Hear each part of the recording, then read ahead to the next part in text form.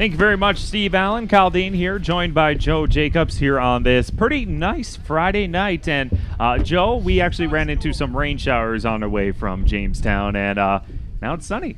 Yeah, we sure did. It was some heavy rain, but as we got closer to Linton, the radar kind of cleared off. Sun came out. Looks like it's going to be a nice evening for football. And, of course, we've been watching the radar. There might be a little rain shower that might edge Linton, but we don't know yet. Right now, it's sun's out and looks like it's going to be a great night for football action.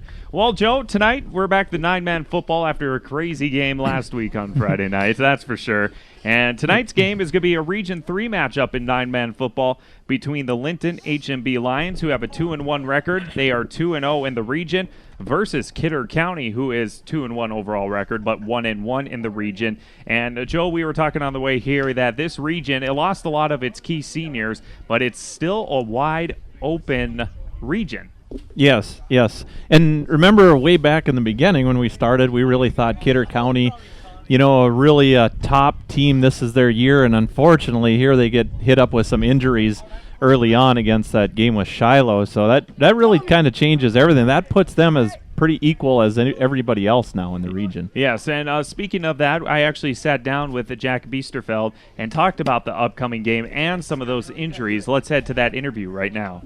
Joining me today is Jack Biesterfeld, head coach for the Kidder County Pirates. Coach, thanks for joining me here today. Yes, thank you. This season has already been an interesting one for you and your team, with having a few injuries early into the season. What are you and your team focusing on for the rest of the season now? Well, we've got some younger players that have had to step up. Some of them a little quicker maybe than we would have liked, but you're always trying to get those young guys ready for at least a reserve role, midway through the season, and we're kind of getting to that. So just a little bit of hurry up mode with some of those guys, and then we'll be starting our fourth game here with our third different quarterback. So just trying to get them as many reps as possible and get ready for the game. And before we get to this week's game, let's chat a bit about your 34-16 win over Strasburg-Zeeland last week. What does your team need to improve on from that game to the rest of the season? The guys did a really nice job with our game plan against Strasburg. We knew we were just going to be a little bit better than them up front, and our big fellas really took care of it on the offensive and defensive side of the ball. We had some weaknesses on keeping contained, so they were able to get some sweeps on us. They've got some really good players, and you get them on the edge, they're going to score, and that is how they scored. Linton likes to run sweeps also, so our contained guys are going to be very important this week. And, of course, your next game is versus region opponent Linton-HMB, who won versus South Border 14-12 in a close one. What do you expect to see from the Lions then on Friday? They've got some nice players, too. They've got some good speed. They've got some guys that'll block up front. We're expecting a battle. We're both kind of probably sitting in about the same place in the region right now, trying to battle for a spot in playoffs. So it's an important game for both of us.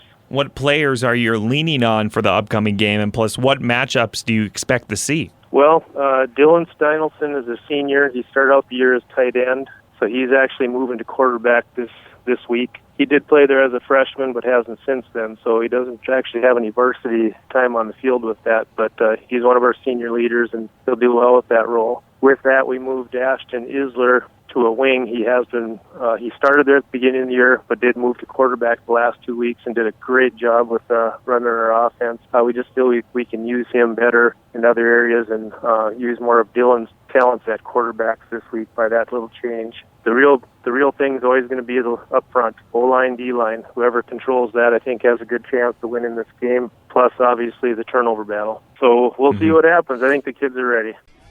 And, of course, Joe, like he said in that, he's been rotating quarterbacks since Justin Six during the Shiloh game. He got a broken leg. And then it was James Thompson, the linebacker. He got injured first in that first quarter, in which he was going down, as Coach said, going down for a shoulder tackle, and it just popped his knee. And then 3 minutes later, Justin Six just broke his leg on a helmet hit, and it's just two key injuries right there for the Pirates, and now they've been rotating quarterbacks, like you said.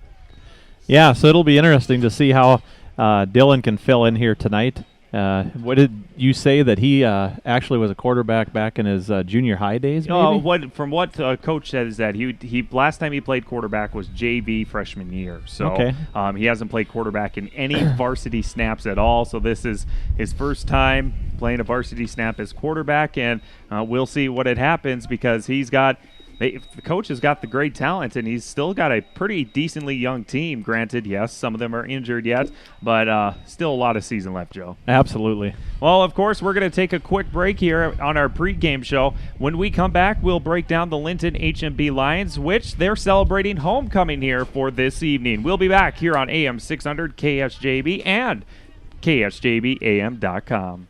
We're back from Linton, North Dakota, here for tonight's 9-man football action, a Region 3 matchup between the Kidder County Pirates with their 2-1 record, taking on the Linton-HMB Lions with their 2-1 record, and it's the Linton homecoming here for tonight. Joe Jacobs here by my right side, and Joe, we were breaking down the Kidder County Pirates. Now we get to Linton-HMB, who has a brand new head coach for the first time in many, many, many years. That's for sure. So, and of course, the new head coach is Paul Keeney, and I talked to him here. First-year head coach, he was assistant for 4 years under MDick until this year he got the head coaching job. Let's send it to that interview with Mr. Paul Keeney. I'm talking to Paul Keeney, head coach for the Linton-HMB Lions. Coach, thank you for joining me here today. Hey, thanks a lot for having me, Kyle. Before we get started for the upcoming game this Friday, let's talk about your 14-12 win over region opponent South Border. What does your team need to improve on from that game to the rest of the season? It was a very close game. You know, I think a lot of it, Kyle, had to do with our execution, especially as the game went on. We started off the game pretty well.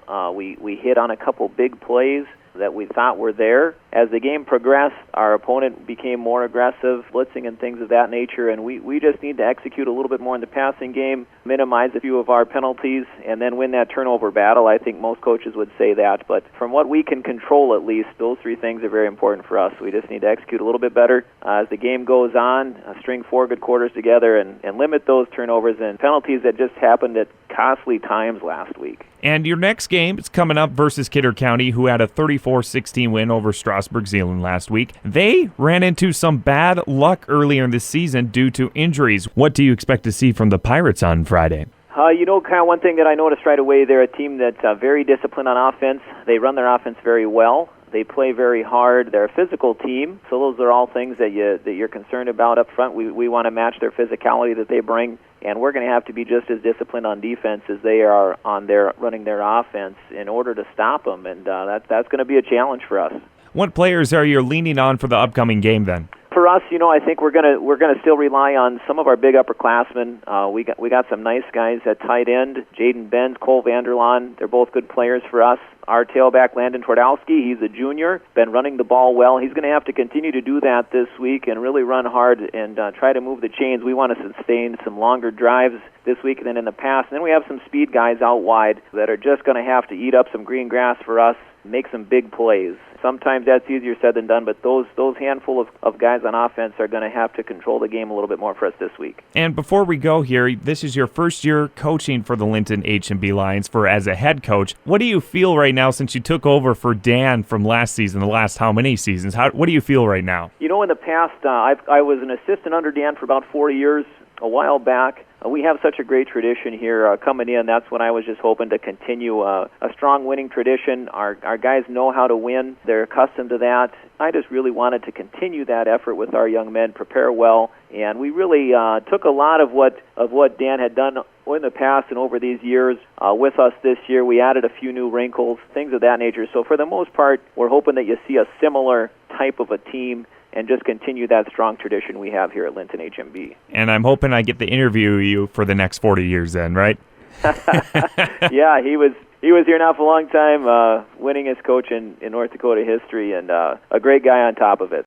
And that's a lot of shoes to fill right there for Mr. Paul Keeney. And Joe, he even had bigger shoes because he lost almost, 9-10 seniors from what I have on my list from last year. So he's coming in with a lot of new fresh faces, and they got a 2-1 record. But this region, like we were saying, it's pretty straightforward, almost competitive all throughout all the teams here in this region. Yes, it is. So, of course, this tonight's region matchup is in Linton for the homecoming game between the Kidder County Pirates taking on the Linton, Hazleton, Moffett, Braddock Lions. Their last meeting was last year, September 11th, 2015. Linton-HMB defeated Kidder County 30-8. That was in Steele last year.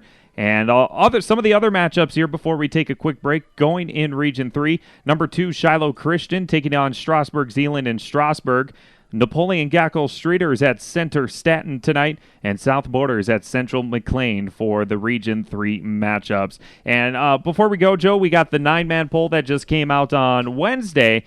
Ranked number 1 with 13 first-place votes was Thompson. Number 2, Shiloh Christian. Number 3 is Cavalier with 1 first-place vote. 4 is North Prairie. 5 is Mont Regent. Others receiving votes, Towner Granville Upham, New Salem Glen Ullin, and Findlay Sharon Hope Page. So lots of stuff going on in the region since the polls. You never know what's going to happen in the middle of the season. The first few polls are like, well, we'll see. We'll just throw some votes out there and see what happens. Yep, that's right. Well, of course, we'll be back here in the next about 2 minutes, and when we come back, we'll break down the starting lineup here on AM 600 KSJB. Welcome back to 9-Man football action from Linton, North Dakota. Also, thank you to all of our sponsors, and thank you to Don's Motel with the direct dial phone. Hunters welcome, 24 units, air-conditioned, cable TV. You can contact them at 254-5457. They're located on Highway 83 South in Linton. Joe, let's get ready for some starting lineups before we have the national anthem. Let's take it away and start with some Kidder County Pirates, the away team, on the board. Starting for offense now, we're number 4, a junior, 165 pounds at 5'6". He's a running back, Ashton Isler. He played quarterback for the last couple games now. We're number 10, a quarterback for this game. He's a senior at 170 pounds, 6 foot, Dylan Steinolfson. We're number 22, a running back, junior, 170 pounds at 5'7", Cody Melhoff. We're number 44, right guard, senior, 215 at 5'10", Brandon Dewald.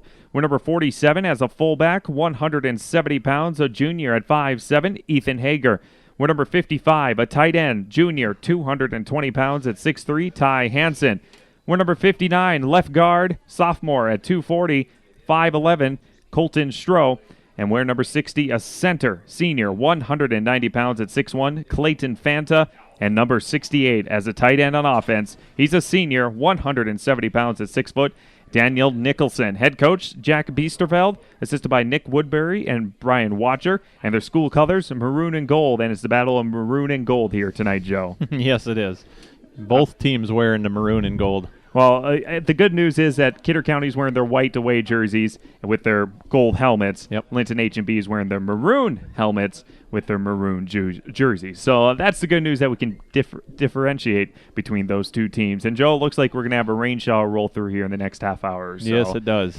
Well, Joe, let's see. Let's take a quick break, and we'll return here to do the starting lineups for Linton-HMB, as we're going to have the national anthem coming up here soon. And when we come back, starting lineups for the Pirates and also kickoff, AM 600 KSJB. Broadcasting live from Linton, North Dakota on homecoming night for the Lions. And we just had a pretty good choir singing the national anthem right there, Joe. Yes, we did. All right, so we're going to get going for the starting lineups for the Lions. Joe, take it away. All right, for the home team on the scoreboard, the Linton, Hazelton, Moffett, Braddock Lions right here. Wearing number 10 tonight, he's a 5'10", 160-pound senior. A wide receiver tonight, Chase Sheely. Wearing number 12, a 6-foot, 165-pound sophomore. He's the quarterback for Linton-HMB tonight, Cole Baumiller. And wearing number 19, a 6'3", 160-pound senior, a wide receiver here tonight, Jared Baumiller. Wearing number 21, a 5'7", 150-pound junior, the running back, Landon Twardowski. And wearing number 65, a 6'1", 190-pound sophomore, offensive lineman, Braden Schmidt. Number 66, a 6'2", 200-pound senior, another offensive lineman, Jordan Town. Wearing number 75, a 5'8", 245-pound junior, the other offensive lineman, Riley Mathis. And wearing number 83, a 6'3", 190-pound senior, a tight end here tonight, Jaden Benz. And wearing number 84, a 6'4", 195-pound senior, he is also a tight end, and that is Cole Vanderlaan. The Linton, Hazelton, Moffett, Braddock Lions are coached by head coach Paul Keeney and assisted by Wade Huber, Tim Doctor, and Trey Peterson. All right, Joe, so it's a region matchup. The Kidder County Pirates 1-1 in the region, and the Lions are 2-0 in the region.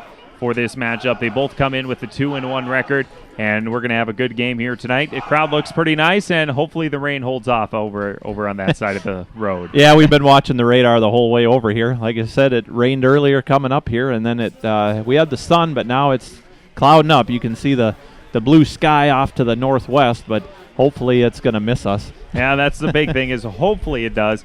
And I did not see which way the coin toss was going to go here for this first half. Did you happen to see it, Joe? No, I didn't see anything. Okay, so we'll see here once they announce the starting lineups.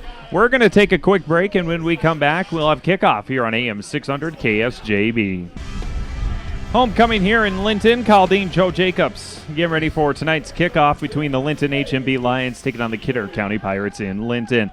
Upcoming games for both teams. Kidder County is going to be taking on Central McLean and Steele next week. And then Linton-HMB is going to be at Shiloh Christian, which should be another epic matchup. Last time that those two teams met was in the playoffs, and we did that game, Joe. Yeah, that's right. That was in Bismarck the end of last year. It was in October. Yeah. End of October. End of almost. October, yep. So here we go as they're doing a little dog pile right now, looks like. And right in front of us for the Linton-HMB Lions. And kickoff coming up here shortly. Once again, it's first-year head coach Paul Keeney versus Jack Biesterfeld, who is facing some injuries right now throughout his team. Joe, what do you expect from tonight's game? A good one. A good one.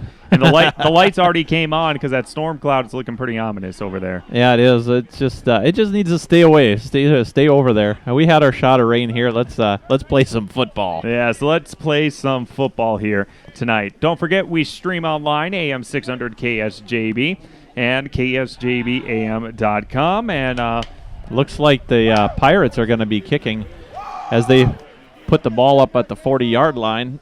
The Lions have not taken the field yet, but looks like the Lions will be receiving the kick. All right, so starting things off, the Linton, Hazleton, Moffett, Braddock Lions, homecoming night.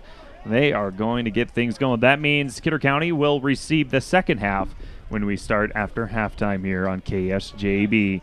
You can download our free app on the Google Play or the Apple App Store. Great app. Absolutely free. Just type in KSJB on the Google Play or the Apple App Store. Good crowd on hand, Joe, tonight. Yeah, there is. Let's have a good game. And, of course, you can follow us on Facebook for all the score updates. Our very own Steve Allen likes to post the score updates right on our Facebook page. Yeah, hopefully we'll be getting some scores from some other good games going on out there. So yeah, a lot of people were asking about the Edgeley game up in Larimore. We're hoping we can get some score updates, at least a couple of them, as the game rolls on. Kickoff, here we go, Joe. Kidder County giving it to Linton-HMB, and that's a low kick. Going to be picked up by the Lions right away by Ryan Holzer. And that's going to be near the 40-yard line for the Lions to start things off. Yeah, Holzer caught that right about the 36-yard line, gained about 3 or 4 yards after catching it. Just kind of a low end-over-end kick off to the right by Brandon Dewald there as he kicked it for the Pirates. So now we'll see here what the Lions have out of the gates as they'll start about the 42-yard line in their own territory, working from right to left on the radio dial. Lions in their maroon uniforms for homecoming night. It's going to be shotgun formation. Cole Bob Miller, he's a sophomore on the squad, puts a player in motion. That would be Jack McCrory. And there's the snap, handoff to the running back, which is Landon Tordowski. And that is going to be stuffed. No gain on that for him. Yeah, he just handed that off and tried to run to his right. Not a lot happening there. There's a group of Pirates that made that tackle. Alex Stroh was amongst them, as well as Ty Hansen and Colton Stroh, I believe, right there on that defensive line to make that stop. You got the crew of Pirates and the pride of Lions here for tonight on defense. Let's get going in our shotgun formation for Cole Bob Miller. He's got a back right beside him. One wide receiver put him in motion on the left side. And that's going to be Chase Sheely, and they're going to hand it off. Chase Sheely from the wide receiver in the motion. And a gain of maybe 1 yard for a rushing yard by Chase Sheely. Yeah, he was running from left to right, took the handoff and ran all the way to the other end, or to the outside of the field, to the far side, you could say, before turning, and he was wrapped up there by Ty Hansen, making the stop there for the Pirates, but gained probably a couple, putting the ball now on the 46-yard line. It's about 3rd and 6 or so. in Lion territory. Shotgun formation once again here for Bob Miller. One back right beside him, puts Sheely in motion from right to left.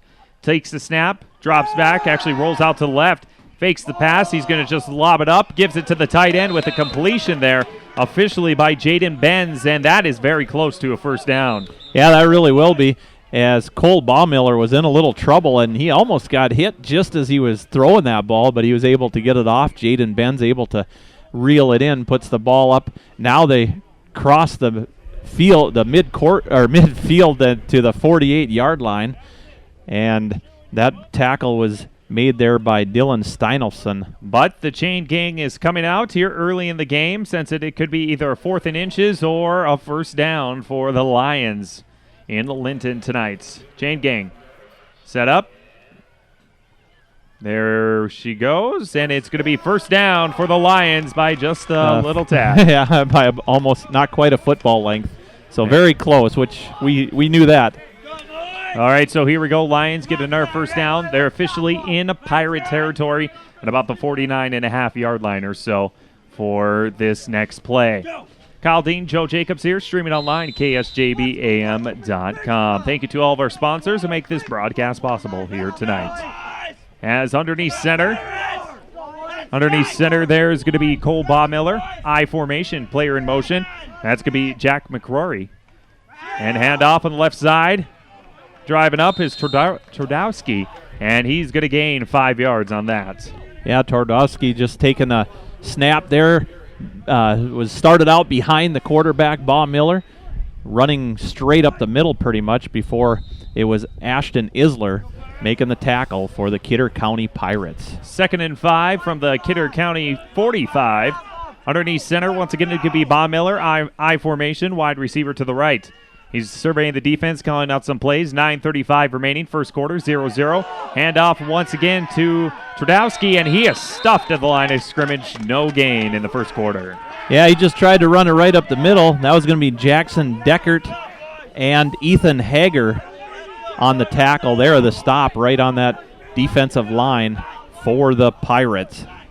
9:13 remaining, first quarter, 0-0. Region 3 matchup in 9-man football. As they're going to play from Coach Keeney, first-year head coach, taking over for Emdeck, who's been here for quite a few years. Only had one losing season, Dan Emdeck did, in his entire career as football coach. Very impressive record he had. Very.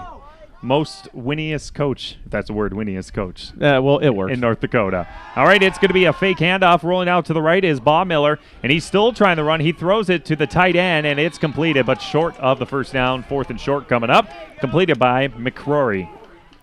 Yeah, Cole Baumiller rolls out to his right and had to run all the way to his right to the far side of the field before he was able to just try to get rid of it, because he had Brandon Dewald all over him. And as he passed it up, he got it there to Jack McCrory just for a short gain there. Puts the ball about the 41-yard line. This is in Pirates territory. Well, we have 4 players switching out here. 8:08 remaining. First quarter, 0-0. And it's going to be a punt team on the 4th and 2. So they're not even going to risk it. They're just going to punt it even in Kidder County territory. Line drive, and it's bouncing pretty good. A good line bounce. And I think it's about roughly the 15 or 10-yard line for the Pirates to start things off. Yeah, it looks like it might be around the 10-yard line where the Lions are able to just get a hand on it to stop the play. So it'll be Pirates pinned pretty deep in their own territory here to start things out on their drive, as they'll work from left to right here on your radio dial. So the ball officially going to be placed at, that looks like the 8-yard line almost. That's a long way to go for the Pirates. Yes, it is. It's inside the 10. So here we go. Pirates first time on offense for this region matchup. This region wide open. It's going to be handoff right in the middle to start things off, and I see the number was number 47, Joe. That's was Ethan Hager. Yes, Ethan Hager with the carry, and that's a gain. Good gain. Good, about 6 yards. Yeah, he just kind of got some nice blocks and pushed that right up the middle pretty much, just running to his right, a skosh, but right up the middle there, gaining 6 yards, moving that ball, giving him a little breathing room. 7:26, 0-0, first quarter. Underneath center. With the play in motion, they're just going to hand it off again, and that one's going to be a stuffed. I think that was Hager once again for the carry. Yes, it was. So stuffed, no gain. Yeah, no gain there by Hager, and that was brought down by Bodie Remick there for the Linton, Hazelton, Moffett, Braddock Lions there, right in the middle. He read that one, saw the ball, and made a good defensive stop there for the Lions. Pirates are going a quicker offense, 3rd and 1 now. A little bit quicker than the Lions, I should say. Underneath is Steinolfson. First varsity game for him. Player in motion, and they're trying to quarterback keeper, but I think there was a loose ball on that. And it's going to be fumbled by the Pirates, and the Lions get it right back inside the Kidder County 20-yard line. Yeah, huge break there for the Lions. That ball looked like it popped out, and it's going to be Bodie Remick jumping on it for Linton-HMB as they will take over now well into Pirates territory. Inside about the 15-yard line here.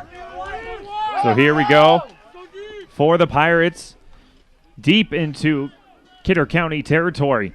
Underneath center, Bob Miller, I formation. One wide receiver to the left. Snap, quick pass. He just jumps up, does a quick pass to the tight end, trying to plow forward and gets close. Inside is Benz, and we are going to have, looks like a 1st and goal inside the 5. Yeah, it's about an 11-yard or 12-yard gain, and the Lions going with a hurry-up offense here. Pass that was to Jaden Benz, completed there for the Lions. Here we go for the Lions. Underneath center is Bob Miller, I formation again. One wide receiver to left, same formation. 6:25 remaining, 0-0. Snap, quick pass, wide open was the tight end, and that was a touchdown for Cole Vanderlaan, the senior. Yeah, just a nice quick pass. Again, they kind of do a quick screen and roll, and that worked back-to-back there. First Jaden Benz completing, and then Cole Vanderlaan inside the end zone, wide open, pretty well untouched, Kyle. And we're going to go for a 2-point conversion here really quick as we await for the I formation again to see what they're going to do to get that 2 points.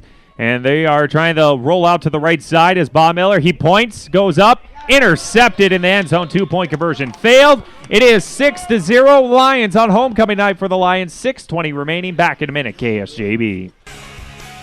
That's Cole Vanderlaan with the kick, returned by Jamison Megstad, and that was a pretty good return for that long drive kick. Yeah, Megstad picking that up just inside the 20-yard line and cut his way back and forth and gets that ball. They're going to place that all the way up almost to about the 40-yard line, so a nice return there for Jamison Megstad, and that's what it's going to be about the 38-yard line here for the Pirates to take over here. 1st and 10. They are down 6-0 for the Pirates in Linton. 6:12 remaining, first quarter. Player in motion, underneath center, Steinolfson, and that's another carry, but it's actually a throw-out toss, and there running is Ashton Isler, and he is going to be out of bounds with a good 5, 10, 15, almost 20-yard gain. We'll say that's an 18-yard gain for Isler. Yeah, kind of psyched us out there, Kyle. Looked like they were running it up the middle, kind of faked it off, and then it kind of got pitched out to Isler. And what was the gain on that, Kyle? About 18 yards. Yeah. They are officially in Lion territory at the 44. Underneath center again is Steinolfson. Player in motion, handoff this time. No, it's another toss again. Why not? The same play works. Jamison Megstad. He's going to gain 5, 10, 15 yards on the same play, but the other location. Yeah, so coming out of there, again, Steinolfson doing a nice job with a fake and then pitches it out, hits Megstad. Megstad runs to his left and around the outside and gets that ball all the way up to about the 29-yard line before he's finally brought down by Jack McCrory for the Linton-HMB Lions. 1st and 10 on the Lions' 29-yard line. They're already cruising. Under these trick plays, underneath center is going to be Steinolfson, player in motion. They're going to toss it yet. Fumble on the ground, though, and it's going to be picked up there by Cody Melhoff, and that toss was dangerous. Yeah, that one was a much higher toss than the last ones. That one, Cody had to work to get to that one, Cody Melhoff, but he's able to kind of save it, and it's going to bring it right back to the line of scrimmage. So that puts the ball, Pirates have it on the 29-yard line in the Lions territory. 6-0, 5:08 remaining in the first quarter. The Lions are in the lead on their homecoming night. 2nd and 9 in Lion territory. Underneath center, Steinolfson. Underneath, it's going to be Hager in the backfield. Player in motion, quarterback keeper. Trying to plow forward and get a few yards there, Steinolfson, and he couldn't go anywhere. He gained maybe 2 yards on that carry. Yeah, Steinolfson just kind of rolls out to his right and tries to go right up the middle there. Just nothing happening. There was a pile of Lions there that stopped him. Alex Jones there, the main stopper for the Lions, as well as about 4 others there on the defensive line. That'll make it 3rd and roughly 8 or so inside the Lion 30-yard line for the Kidder County Pirates. Steinolfson with one back at the backfield. Player in motion, and it's going to be a handoff wide open on the left side, and breaks free is Ethan Hager, but that's going to be 4th and a manageable 5 or 6, it looks like, gain of 3. Yeah, just a handoff there to Hager, and he pretty well powers his way up across the 25-yard line to about the 24, as he looked like he was going to break free a little more than he did, but he was tripped up there right about the 25-yard line. They placed the ball about the 24-yard line. Here we go. Pirates ball. All right, 4th and 5. They're going to go for it deep into Lion territory. Dropping back, Steinolfson. He's going to throw it, air it out, and it's way over the head of the intended receiver, Alex Stroh. Turnover on downs. Yeah, Alex Stroh, a tall guy. He's 6'2" this year, and he really didn't have much chance to jump and get that one. He jumped for it, but he's a senior this year. Just not able to reel that ball in, as that ball just aired out a little too strong over him. So the Lions now will take over. They'll right about the 24-yard line in their own territory. 3:34 remaining, first quarter, 6-0 in favor for the Linton-HMB Lions in Linton. Underneath center, once again, it's going to be Cole Bodmiller, I formation. They are going to hand it off to the running back, and he is stuffed by a good crew of Pirates there. Yeah, Brandon Dewald, Ethan Hager, Ty Hansen all team up right there. And no gain on that play there at all for the Lions. I'll make it 2nd and 10 for the Lions. 6-0 yet. Lions in the lead. 3:10 remaining. Good crowd on hand on the far side of the field. Yeah. We're still in basketball season sometimes. Yeah, no kidding. It's easy to do. Underneath centers, Bob Miller. I formation. Puts a wide receiver in motion. That's Jack McCrory. And they're going to toss it to the right side to the running back, and trying to jump forward is going to be Todowski, and he kind of tripped on the wet grass, and that's no gain again. Oh, maybe a gain of 2, it looks like. Yeah. Todowski just running that ball to his left and then trying to turn and cut up, but Ty Hansen right there for the Pirates said he'll have nothing to do with that, and he sacks him there at about the 25-yard line. So the ball placed right just inside the 26-yard line for the Lions. 3rd and 8. 2:19 remaining, first quarter. 9-man football, Region 3 action. Kyle Dean, Joe Jacobs here, streaming online, KSJBAM.com. Shotgun formation for Cole Baumiller. Puts a player in motion. 2 wide receivers now to the right. Baumiller is dropping back for a pass. He's going to air it out there. It's up in the air, and it's almost picked off by the Pirates, but it was just enough to tip it for the Lions not to receive it. Nagel, the intended, or Baumiller rather, Jared Baumiller, the intended receiver there for the Lions, but Alex Stroh with his tall reach. We saw that. We did the game with the Pirates and the Lobos in Lemoore, and that kid can really reach into the sky and grab a ball, and he just about picked that one off. So now I think we're going to see a punt coming here by the Lions. Yep, and it's 2 minutes exactly remaining. Punt team is out. Returning in the back, looks like Parker Hager is ready to go, and that's a bad punt. It's still rolling pretty good, though, with a good bounce, and it's going to stop at the 40-yard line in Kidder County territory or so. Yeah, that punt just came, I believe that was Parker Gerving that kicked that just off the side of his foot, but it still bounced and went across midfield and all the way to the 40-yard line. So the Pirates will start on their own 40. And as we await here for everybody to get back in motion and set, Under 2 minutes remaining, first quarter, 6-0 Lions in the lead. Good field position to start things off for the Kidder County Pirates. Steinolfson underneath center, going to hand it off to Hager, and he is trying to get a few yards, and he gains maybe 2 for Hager. Yeah, just a couple yard gain there. Hager just trying to power his way up the middle. This is going to be Bodie Remick and see also Riley Mathis there on the stop for the Lions. Just a pile of Lions making that stop on their defensive line there. So that puts the ball up to about the 44-yard line here, still in Pirate territory. 1:25 remaining first quarter, 6-0. Pirates control the ball, Lions in the lead. Handoff Hager. Oh, he almost lost control of it, but he luckily gets it and gains, it's about 7 yards. Yeah, Hager kind of found a little bit of breathing room right through the middle, got a good block, and got that ball up to here right about midfield. And doing a nice job was the offensive blocking there by the Pirates to give Hager a little room there to gain 7 yards. All right, so here we go on a 3rd and 1. Pirates, it's a mishap play. They expected it somewhere else, and the ball is out. The quarterback expected somebody to hand off to the left. Nobody was there. The ball was loose. We're going to make it 4th down, 4th and inches. Do you go for it on 4th and inches? Well, that was a mishap play. Yeah, I believe the quarterback was able to he was down with it maybe, able to just save it because that looked like the Lions might have dropped on top of that ball, but I believe Dylan Steinolfson jumping on it first.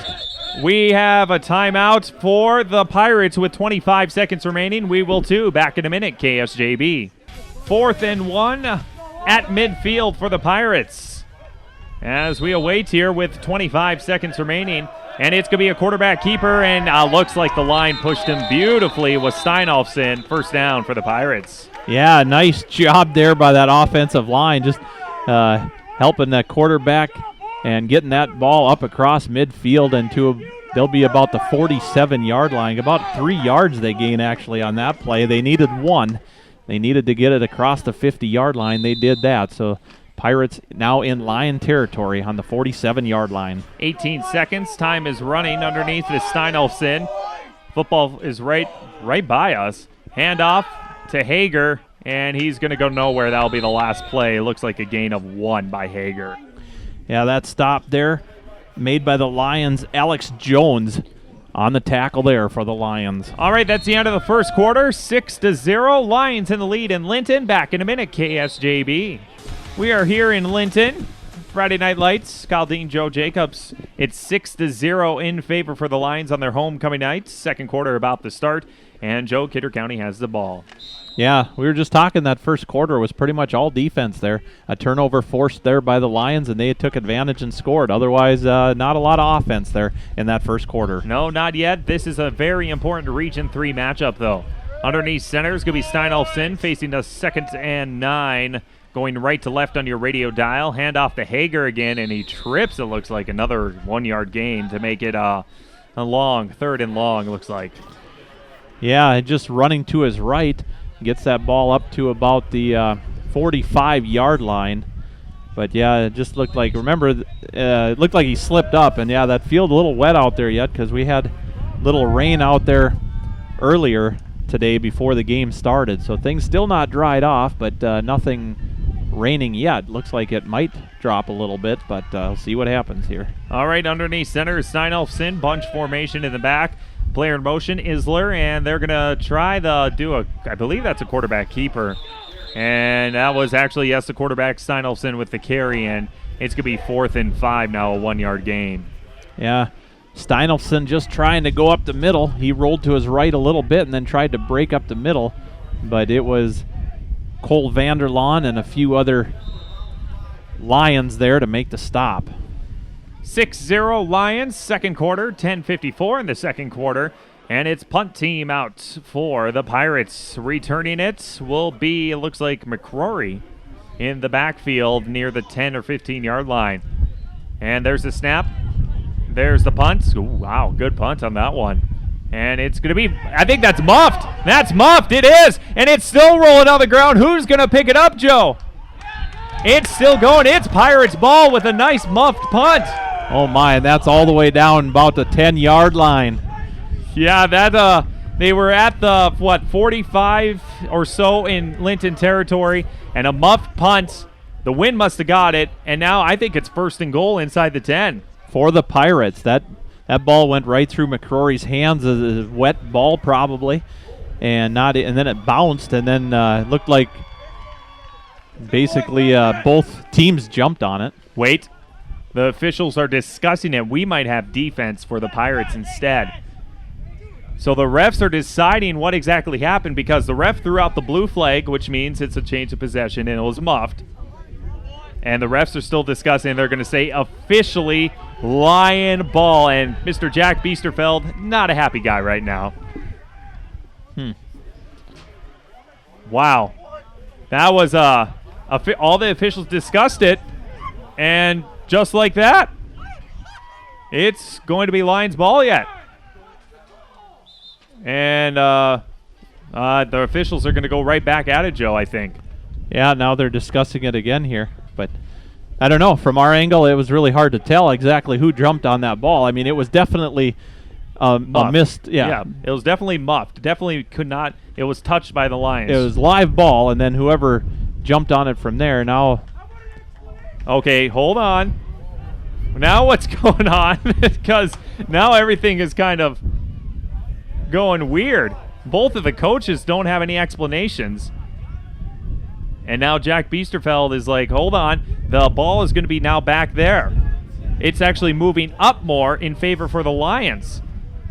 So, we got some confusion, and Biesterfeld is not happy on that. So it's going to be Lions ball. So here we go. 1st and 10 for the Lions inside their own 20. See if this is a huge momentum pass, complete on a sweep. And it is going to be tackle, the beautiful tackle there, which was the receiver was Cole Vanderlaan. Yep, and Ty Hansen on the tackle for the Pirates. But Vanderlaan about a 6-yard gain there. Rolling out to his right was Cole Baumiller, and he was able to hit Vanderlaan as he was rolling to his right, coming near side on the field. And here we go, quick offense here lining up for the Lions. All right, so here we go. We wait for the next play. Baumiller fakes a handoff, rolls out, left. Once again, another outside pass for Vanderlaan, and that's a 1st down, roughly about 5 yards again.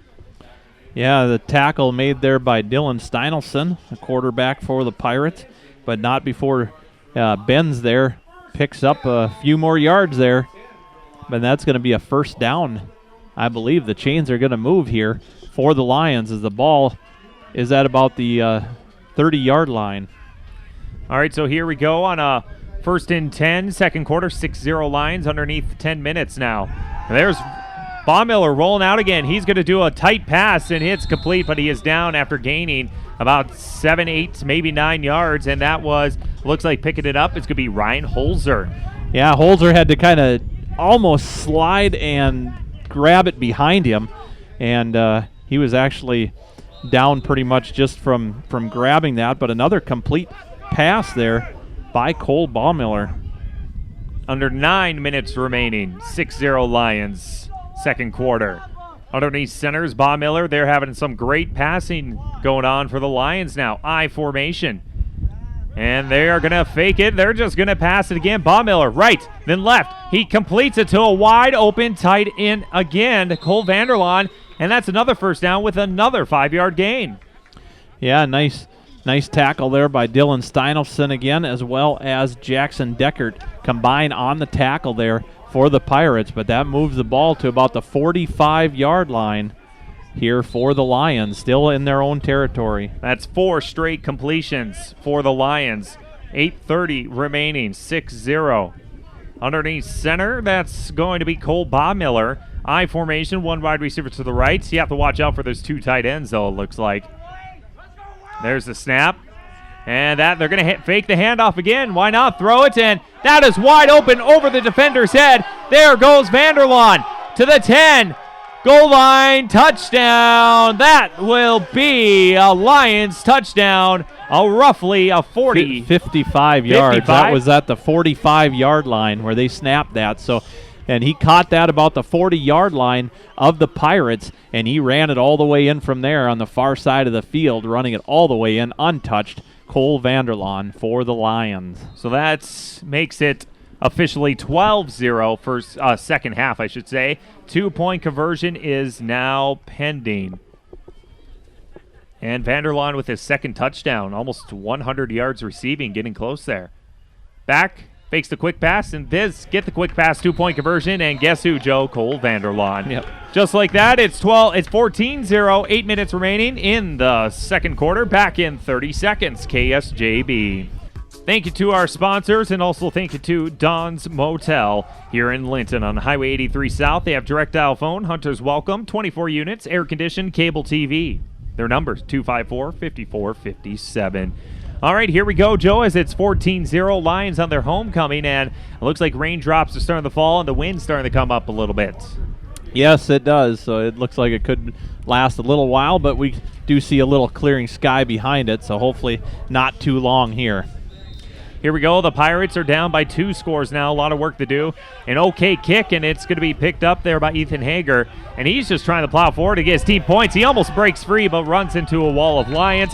And that's a good return about the 47-yard line. They'll be starting their own 47-yard line for the Pirates. Yeah, Ethan Hager grabbing that ball about the 35-yard line and then broke a couple tackles at the 40 and got that ball up to about the 47-yard line, like you said. So the Pirates in good territory. They just need about 3 yards to get across midfield here as they're working right to left here. That last touchdown was a 55-yard touchdown pass, but it all started with that muff punt, or maybe not muff punt. It all depends, and that's where it all started on that last play. So here we go, under 8 minutes to go, 14-0, Lions in the lead. And the line underneath the center, for the Pirates is Dylan Steinolfson. We have 3 wide receivers to the right, puts one in motion, and they're going to hand it off to Ethan Hager. He has room, and he almost breaks free. That's still a great, about a 15-yard gain. Yeah, nice run there by Hager. Yes. Yeah, Hager, that was. Just running to his left and breaking free, but he was pulled down by Landon Twardowski for the Lions. So here we go with under 8 minutes to go. 1st and 10 for the Lions for the Pirates on Lions 35-yard line. There's Hager again. He's going to the right side, and he's going to gain 4 yards on that carry. Yeah, just powering his way pretty much from the right side off the snap up the middle, just working his way, and the whole defensive line there for the Lions pretty much making the stop on that one. That ball now placed at about the 32-yard line here. This is the Pirates in Lions territory. 7:13 remaining, second quarter, 14-0. Pirates are down by 2 scores. Pirates control the ball. 3 wide receivers to the right side. Puts a player in motion, and they're going to hand it off to, it looks like Isaiah Harder, a freshman on the squad, and he's going to gain 2 yards for the freshman. Yeah, just again, the handoff running to his right and trying to poke his way up the middle, you could say, but gaining a few yards there was Harder for the Pirates. All right, so here we go. 6:40 remaining. It's 14-0. Pirates are down 2 scores. Pirates control the ball. Steinolfson underneath, fakes the handoff. He's getting tackled right away. No time at all to get throw or do anything for the quarterback. That's going to be no gain on that one. Yeah, that's Riley Mathis and I believe Ryan Holzer team up there for the tackle as they were able sack to. Almost. Yeah, you could say the sack because Steinolfson was in a little trouble trying to kind of missed his handoff, it looked like almost, and then wasn't sure if he was going to what he was going to do with it, but the Lions were all over him right there. That puts the ball at, right on the 30-yard line. Yep, so 30-yard line in line territory for the Pirates under 6 minutes to go. Still 14-0. 4th and 5. The Pirates need some momentum, and we are actually going to get a timeout for the Kidder County Pirates. They are down 14-0, facing a 4th and 5. Back in a minute, KSJB. 14-0 in Linton. The Lions in the lead. Kidder County has the ball, facing a 4th and 5 on the Lion 30-yard line. Let's see what the Pirates can do. They have not passed at all in this game. It's been all run.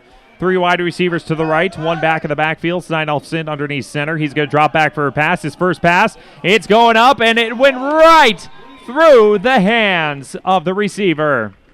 Yeah, I believe that's Alex Stroh way over on the far side of the field at about the 10-yard line. It was just a little bit overthrown. He had to jump for it. He really put a nice jump on that ball, got his hands on it, but not able to bring it in. But that would have been a beautiful play there. And instead, it's a turnover on downs. And just like that, the Lions will be starting at their own 30-yard line, up by 2 scores here for tonight on KSJB. Underneath center, that's going to be Cole Baumiller. I formation, and that's going to be handoff. Almost a great game there. I didn't see whom. It was Ryan Holzer, excuse me, on that gain, and that is a 5-yard gain by Ryan. Yeah, Holzer just running it right up the middle. Powers his way up there before he's brought down by Colton Stroh and a few others for the Pirates. Under 5:20 remaining in the second quarter, 14-0. Underneath center on a 2nd and 5, that's going to be Baumiller. I formation, puts a player in motion, the wide receiver.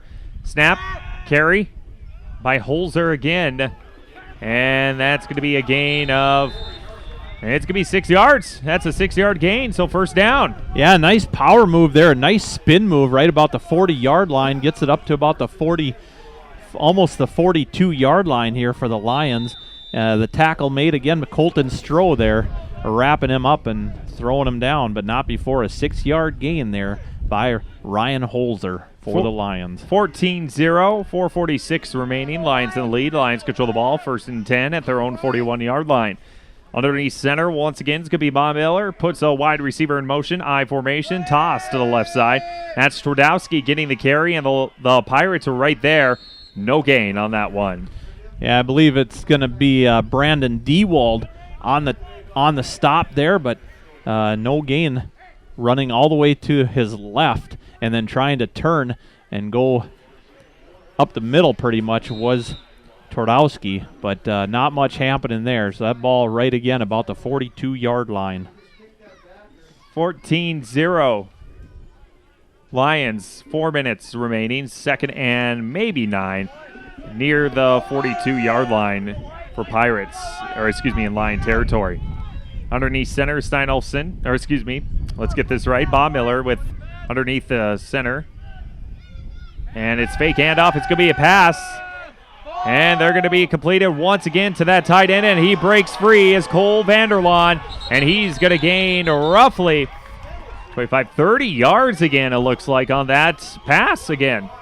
Yeah, missed tackle there. The Pirates almost had him wrapped up. I believe it was Ashton Isler just about had him down right at the 50-yard line, but instead that ball, Vanderlaan breaks free, and he gets that ball all the way up to about the 34-yard line. Now the Lions in Pirates territory, and before he was pushed out of bounds.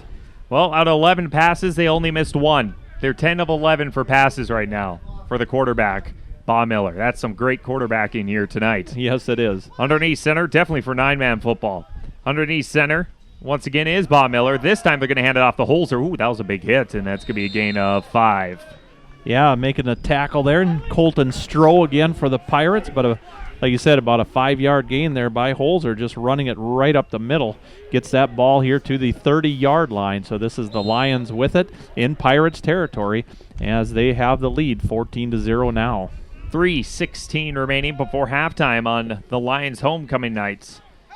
Underneath center, that's going to be Cole Baumiller. I formation, 1 wide receiver to the right. Watch out for those tight ends.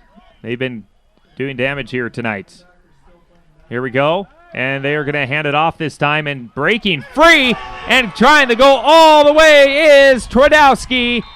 And that's going to be right below the goal line. It's short inside. It's going to be 4-yard line they're going to call the ball at. Okay, so about a 26-yard gain on that run there for the Lions. Wow, just a nice breaking free there by, that was Twardowski, running up the middle there and had a little bit of room and that's the largest gain on offensive rushing here for the Lions so far. Balanced offense for the Lions. They have 2:30 remaining in this second quarter. First and goal from the 4. Baumiller underneath center for the Lions.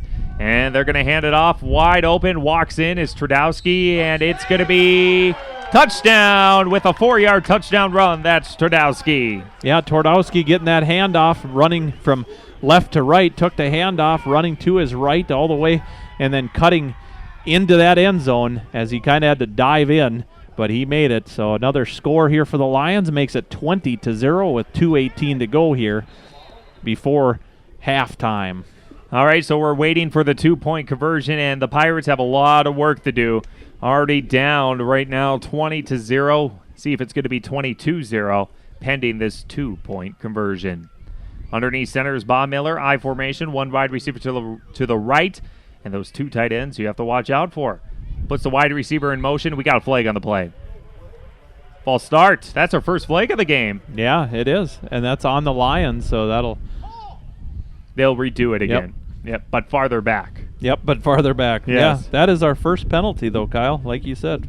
And that's 5-yard penalty, offsides on the Lions. A relatively clean game for penalty-wise here. Yeah, kind of different from last week. I think we saw like 30-yard penalties in each half pretty much by both teams. Last week we saw a little bit of everything, honestly. Yeah, we did. For everything. All right, here we go. Now they're redoing the 2-point conversion, but this time it's going to be roughly at the 7-yard line from what I can see. And the player in motion underneath center, Baumiller. Rolling out to the right side, Baumiller under pressure, and he just lobs it up there. And that's going to be picked up, but is it going to be goal line? No, it is not. 2-point conversion is no good. And after that, with 2:18 remaining, Lions 20, Pirates 0, back in 30 seconds, KSJB. It's 20-0 right now. Lions in the lead in Linton. Kyle Deaton, Joe Jacobs. And it's been a balanced offense for the Lions tonight, Joe. Yep, it sure has. Just a couple mishap plays for the Pirates that the Lions have taken advantage of. All right, here we go as we're waiting for the kick from Vanderlaan, it looks like. In the backfield is Hager and Makestad, picked up by Makestad. Makestad trying to get some running room, and he's brought from behind, and it's going to be tackled at the 34-yard line. Braden Schmidt there on the tackle for the Linton, Hazelton, Moffett, Braddock Lions. And we got a player down. Pirates have a player down. I'm not sure. Makestad, he's the one that returned it. He got tackled from behind. Yeah, he was kind of caught off guard there, kind of threw him backwards a little bit as he was running there. He did a nice job picking that ball up at almost just inside the 15-yard line and then bringing that ball up across the 30. But hopefully he's okay here. And that's not what the Pirates need right now, is because they've already had 2 major injuries, and any more injuries, they're already running. They're going to be a young team again, it looks like, at this rate. And you never know. Hopefully he's okay. He gets up under his own power. I think he just got the wind knocked out of him. Yeah, he's walking off. He looks like he's okay. I don't really see him limping, so hopefully that's just like you said, just got the wind knocked out of him. He was kind of a surprise tackle there, but a nice return there by him. That puts the ball up to about the 34-yard line where the Pirates will start here with just over 2 minutes, 2:12 exactly to go here in the first half. 2-0. Looks like the rain showers are starting to move out of the way. Sun is more coming out, actually, the sunset. Underneath center for the Pirates, Steinolfson, see what they could do in 2 minutes. And that's a toss. That beautiful toss again that just gained tons of yards to Isler, and that's going to be a 14-yard gain. And they're rushing the offense. Yep, here we go. They're going to go a hurry-up offense, try to get it lined up as the clock stopped at 2:04 there after Isler's run, putting that ball just at almost midfield. It looks like he went out of bounds, if I'm not mistaken, so that might have stopped the clock. Yes, yep. He went out of bounds, so that did stop the clock. So he goes out of bounds about the 49-yard line, so they're just about to cross midfield here after that little pitch out. Isler running. That same play that just kills him every time on the edge. Yep. Here we go. Underneath center is going to be Steinolfson. 3 wide receivers. They're going to throw it, and that's going to be picked up here for the completion to Isler. He does a nice spin move, but he only gains roughly 3 yards. First pass of the game here, and or the second, yes, the second pass here for for the Pirates. Here we that go. One completed. Pirates in hurry-up offense, 2nd and 6, 1:40 remaining. Play in motion, and we have a timeout for the Lions. They weren't ready for the Pirates, so we will too. 20-0. Pirates have to score to at least make halftime manageable. Back in 30, KSJB. 20-0, 1:38 remaining, second quarter before halftime. The Pirates are down 20-0. They're driving the ball, and they're going to do a hurry-up offense, so the Lions had to take a timeout just to take a breather and see what Coach Jack Biesterfeld will do and see what Paul McKinney will do on defense. Yeah, we'll just have to see what happens here. The Pirates trying to discuss, see what they can do to get some points on the board. Just a minute 38 to go here before halftime. They trail 20-0. We'll have some scores at the halftime show coming up here, and also some stats for this game right here on KSJB.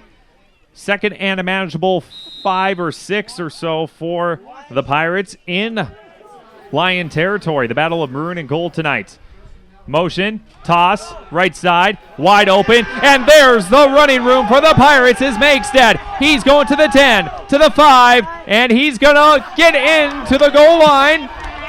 I think touchdown, I believe. Let's see. I didn't see any. I haven't seen any hands in the air yet. I did not see any. Yes, there it is. Touchdown. One ref did it, so touchdown. And that is going to be, there's a flag on the back play. I just saw that. Oh, yeah, flag down. So that was a touchdown officially by Makestead, but a flag. And it's going to come back. Where's the head referee? I cannot find him. Yep, it's going to come back. Wow. It's coming back. Poor Pirates just not able. A nice run there by Makestead. He broke free, but probably got a, not sure what he got. Maybe he got an illegal block or something, but that would have been a 47-yard touchdown run by Makestead, but it was a very, very costly penalty by the Pirates. Now it's 1:28 remaining. Now they're back in their own territory, a 10-yard penalty. That must have been a holding call then. Yep, I would say holding. Yep. That was wide open. He had a great hole on the right side for Makestead and beat one tackle. He jumped over the tackler, actually, by the 5-yard line and jumped into the head zone. But now, here comes the refs again. They're going to discuss something. So let's see what the stripes are going to say. Wonder, you think they're going to see about the game clock, maybe? Not yeah, sure. It's probably the game clock with 1:28 remaining. 20-0.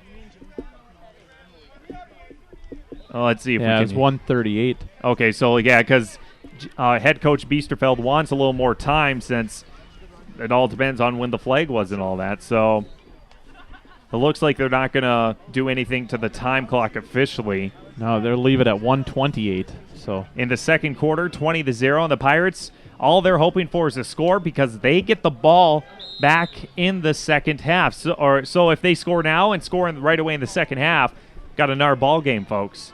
But right now, they're first on their agenda, facing a 2nd and 15 from the 43, their own 43. Yep, I say they do the same thing except no penalties. Yes, that always would be the game plan. Yeah, right. Here we go. Underneath center is going to be Steinolfson. 3 wide receivers to the right, and they're going to do that toss, and that's going to be fumbled, and it's rolling and picked up by the Lions, and not what the Pirates wanted. That is a fumble. Yeah, turnover right there. Steinolfson turning around. He almost got hit as he kind of just pitched it out, but he pretty much, it was an overhand little toss out there. I believe it was to Harder, and not able to grab it, and on the ground it was, and the Lions take over here. They'll have the ball inside the Pirates about 43-yard line. 34-yard line. 34-yard line. So here we go. Now they can go up even more. And it's going to be a pass. Why not? Let's pass. And it's going to be completed wide open to guess who, and who's trying to run forward? Vanderlaan.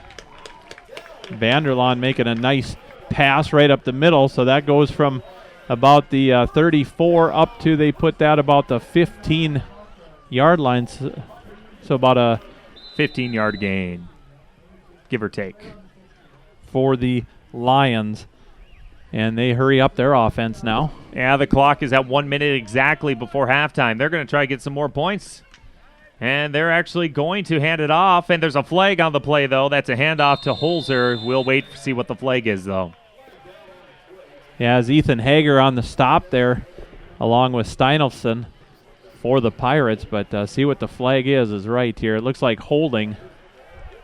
Yep, on the Lions. So it's going to move back to first and 20 almost on the 25-yard line. That was actually a 20-yard gain, that last gain, that last passing. 19 is what yep. Have to do some quick math as they were doing a quick offense there. Yeah, that puts the ball about the 24-yard line here. With that penalty, that With is. the penalty, yes. So underneath center with the clock at 43 seconds. That's going to be Baumiller I formation. They're going to roll out to the right, doing a pass, and right through the hands of Jaden Benz. He was in the end zone, Joe. Yep, that would have been a touchdown. I believe he had caught that, but he just not able to get it there. It was thrown in just over his helmet as he kind of was up in the air to grab it and right through his hands. Remember, we just had a little rain shower. Things are still kind of wet out there, and it's kind of making up there. But Jaden Benz, the intended receiver on that, that's only like the second pass that I've seen him that they've missed so far in this half. 35 seconds remaining. Now a second and long, about 15. I formation, one wide receiver to the right. The tight ends have been eating up the middle, and they're going to air it out to the wide receiver. Intercepted by the Pirates by Twardowski. And that's going to be at the about 10-yard line. That's a huge interception. No flag on the play on that either, it looks like. Alex Strode jumping up there. He read that one beautifully. That ball intended there for the, believe it was maybe Vanderlaan, was it? And it was Alex Strode just jumping in the air, picking that one off. And then he was tied up with it right away. So with about 24 seconds to go, the Pirates will have a little chance to do something here. First and 10 from their own 7-yard line. So if they can drive 93 yards in 24 seconds, it has happened before. And I think, are they just going to take a kneel? Yep, they're just going to kneel at the run down the clock because they get the ball back. At halftime right now, it's the Linton-HMB Lions 20 and the Kidder County Pirates 0 at halftime. We'll be back in 3 minutes for the halftime show here on AM 600 KSJB. We are back here from Linton, North Dakota for this 9-man Region 3 matchup. Kyle Dean, Joe Jacobs, as we're going to get to some stats here on the halftime show. First thing, it is 20-0 at halftime. The Lions, the home crowd, are leading the Pirates for their homecoming here tonight on this Friday night. Let's break it down. Let's start with some plays. Well, Kidder County had the ball in the first quarter at the 6:41 mark. They fumbled it, and that set up the Linton-HMB first score at the 6:20 mark. They started at the Kidder County 25-yard line after the fumble, and it was a beautiful 5-yard touchdown pass officially from Bob Miller to Cole Vanderlaan. 2-point conversion, no good, 6-0 Lions. And then we head to the second quarter now. The next touchdown came at the 8:07 mark, but this touchdown was quite interesting because the Pirates, they kicked it. There was a muffed punt supposedly. The refs then decided, nope, it was not a muffed punt, or at least the Lions controlled it. And with that, that set up this touchdown for the Lions at the 8:07 mark, second quarter. It was officially another touchdown pass from Bob Miller to Vanderlaan. 55-yard touchdown pass. 2-point conversion was good. 14-0 Lions. And then the next touchdown came at 2:18 remaining in the second quarter. This was a running touchdown, actually, by Landon Twardowski. 4-yard touchdown run. 2-point conversion, no good. 20-0 Lions. And then after that, Kidder County was driving, had a fumble. Then the Lions were driving. With under 1:30 remaining, it got intercepted in the end zone, and that's what the score is, 20-0 Lions, and Kidder County will receive the kickoff in the second half. Joe Jacobs has all the stats now so far for both teams. All right, let's start for the visiting team, the Kidder County Pirates. Rushing-wise, that's pretty much what they did in that first half, 18 carries for 96 yards. Biggest rusher was Ethan Hager, with 41 yards I got for him. and his biggest carry was a 15-yard gain. He carried the ball 9 times in the first half. Second largest carrier, Ashton Isler, had 2 nice runs, an 18 and a 14-yard run for 32 yards. So they had 18 carries and 96 yards of offensive rushing for the Pirates. And passing-wise, they just threw the ball 2 times. They were 1 of 2 for just a 3-yard short little gain. That's all they have done. So Dylan Steinelson really not able to show off anything yet passing. Penalty-wise, a 10-yard holding penalty. That was kind of huge after they had a chance to run it in for an touchdown there, and it was called back. So that was the scoring for the Pirates. Now for the Lions, we jump over here. They had 12 carries for 56 yards. They're opposite. They're pretty much all passing yards, Kyle. They're 11 of 13 for 149 yards passing. Let's jump back here to the rushing, though. Offensive for them, Landon Twardowski.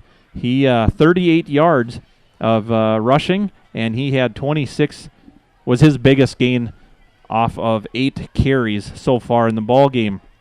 Passing-wise, the biggest gain was Cole Vanderlaan. He had a few nice runs, 55 yards, but he also had a 19 and a 30-yarder as well. So 149 yards of passing off 11 and 13. So only missed 2 passes for the Lions. They had 2 penalties, a 10-yard holding and a 5-yard offside call on the Lions. Well, Joe, it's been you could tell that the Pirates have lost 2 of their key players definitely early in the season versus that Shiloh Christian game on week 2, I believe it was. And it started to show because you got some young players that they're trying their best, but they need to minimize their mistakes. And the Lions, they have quite a few height advantage, I would say, definitely for the receivers. Yep, right now pretty much Alex Stroh is about the only height you could say that's equal from the Pirates. And the Lions taking advantage of that height. Cole Vanderlaan just snagging them balls up right out of the sky and pretty much put the points on the board. All right, so what do you think what should both teams do then? Kidder County receives in the second half. Well, I'm not opposed to seeing some passing. I think they need to try the passing the ball. It sure looked like they were doing a kind of a nice little fake handoff pitch out deal. Ashton Isler made a few nice rollout plays. They need to do a little more of that. They got to get something going.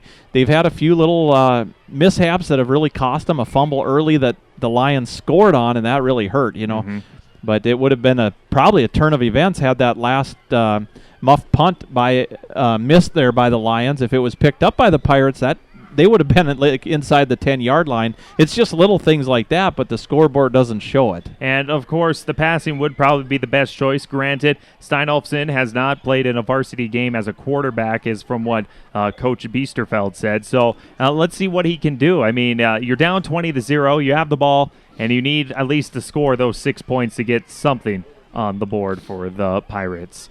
Well, Joe, we're going to take a quick, let's take a 2-minute break, and we'll come back and actually see some scores around the region here on KSJB. We are back here from Linton, North Dakota for tonight's homecoming game for the Lions as it's 20-0. The Lions in the lead over the Kidder County Pirates in this 9-man region of football. And Joe Jacobs, we've had a lot of people wondering what that Ellendale-Edgeley-Cullum game is, and you just found out. What is it there, Joe? Yeah, right now it's Larimore is in the lead at halftime, 27-9. Kind of been a passing game, sounds like back and forth. Been pretty close, pretty equal, just that Larimore's capitalized on a few extra points, you could say. So they lead 27-9 right now at halftime. All right, let's see what's going on for some other scores right now. Dickinson Trinity leads Central Dakota 27-0 in AA action in Cooperstown. Let's see, third quarter, Bismarck Legacy is leading Williston 6-0 in a tough game over there in AAA. Other games here, it looks like the Bismarck Demons score on the opening drive, and that'll make it 7-0 Bismarck over Dickinson right now. Deluxe Burlington leading Heart River 18-13. Hillsboro Central Valley's leading Central Cass 8-7. Bismarck St. Mary's all over Beulah in that ranked matchup, 28-7. And rolling down to see some other scores. Park River Fordville Lincoln is leading 38-18, and I did not know who they were playing here. It did not say on my score Was that sheet here. Fargo Grove? Yeah, I wonder. Let me check here. Leeds half. Grovers. Yep, Grovers. So Yeah. that's who they're playing right there. And AA football, Valley City all over Turtle Mountain, 54-7. And that's at halftime it was Harvey Wells County leading Oaks 20-0 at halftime in that game. So lots of games going on here around the state, but most people were wondering about that Larimore and EEK game, and that was once again 28-9. You said 27-9. 27-9 in favor for number 1 ranked Larimore, leading number 5 ranked the Thunder. So that's a scoring update, and our very own Steve Allen posts that score on our Facebook page too, so we can get some of those people that we have. And we'll try to get that ending game, hopefully here, that Steve Allen can post it, or we can post it right after we get done with this game. But right now, the focus on this game with 2 minutes remaining 20-0. It is all Lions here for this football game. But, things have changed because last year we did that Napoleon-Kidder County game. Kidder County was up by quite a bit. Napoleon came back and won and got into the playoffs for that game. That's right. So 20-0, that could disappear pretty quick in nine-man football. And the Pirates will receive the kick here in the second half. So anything can change in a hurry. We are streaming online, KSJBAM.com. Download our free app for your phone or tablet. Just type in KSJB on the Google Play or the Apple App Store. When we come back, third quarter on the way in the next 1 minute. KSJB. We're back here in Linton, North Dakota, as we have roughly 10 seconds or so before we get to kickoff. Kidder County is going to receive it. Joe, let's have a good second half here. It looks like the rain will not be hitting here for tonight. Yeah, it kind of cleared off. We got clear sky above us. It looks pretty good out there. All right, here we go as the Pirates. They're going left to right on your radio dial as they're going to return the kickoff down 20-0. Here we go. Let's start out your second half on KSJB. Kyle Dean, Joe Jacobs. Hope you guys are having a great evening on your Friday nights. There's kickoff. What a beauty. And it's going to be picked up officially by the Pirates by Jamison Megstad. And he's going to plow forward at the 39-yard line is where things are going to get started. Yeah, he picked that ball up and did a nice job running that. Megstad found himself a little bit of room. Cole Vanderlaan finally making the stop about there and put the ball right about the 39-yard line here. Now this is Pirates ball in their own territory, but working from left to right here. All right, here we go. First and 10 for the Pirates on their own 39-yard line. Friday Night Lights are on. Underneath center, that's going to be Steinolfson. Underneath, in the running back, that's going to be Ethan Hager. Player in motion. Hager's going to get the handoff. Look at that beautiful running room inside, and he's stiff-arming him pretty good. That's a 5, 10, 15, 20-yard gain by Hager. Yeah, Hager doing a nice job there. Grabbed that ball, come out of the pocket, and running here. Had to run it out of bounds where Twardowski was the defender that made the stop for the Lions, but not before a nice 20-yard gain there by Hager. I think he was running angry. I think so, too. I think he says, okay, let's get some points on the board. Here we go. All right, first and 10 in Lion territory at the 43-yard line. Player in motion, and they are going to drop back for a pass. There's what you wanted to see, and it's caught barely by officially Ashton Isler. Yeah, so that was roughly about a 12, 13-yard gain or so on that play. Ashton Isler rolling out. He was wide open, but he kind of had to dive for that ball, getting his hand on it, and basically just able to reel it in. But if he was able to stay on his feet, he would have ran that in for a touchdown. He was wide open. So good 2 plays already for the Pirates, but they want that touchdown to get that goose egg off the scoreboard. What a toss. And trying to plow forward is Isler again, and that one he's going to gain maybe 1 yard.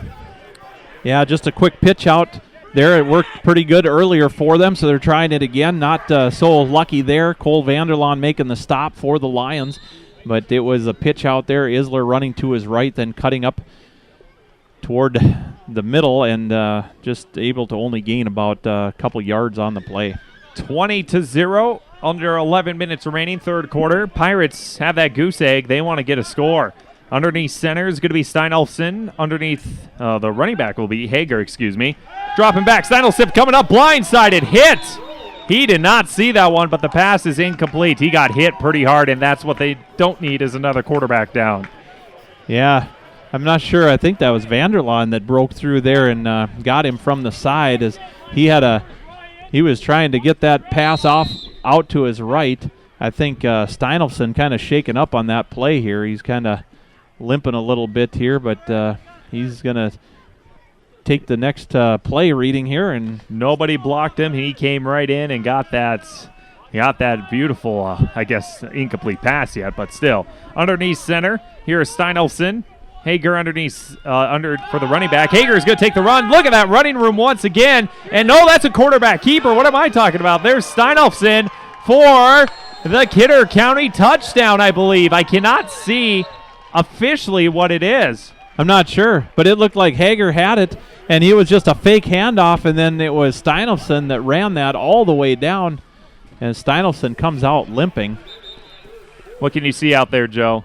It looks like they're not – I think they're waving off the touchdown. They're not saying it's a touchdown, but see, once it's going to be inside the 5-yard line. So it's first and goal for sure, but Steinolfson, here I thought they were going to hand it off to Hager, but then he pulled a Justin Six like he did in Lemoore and just ran right up the middle.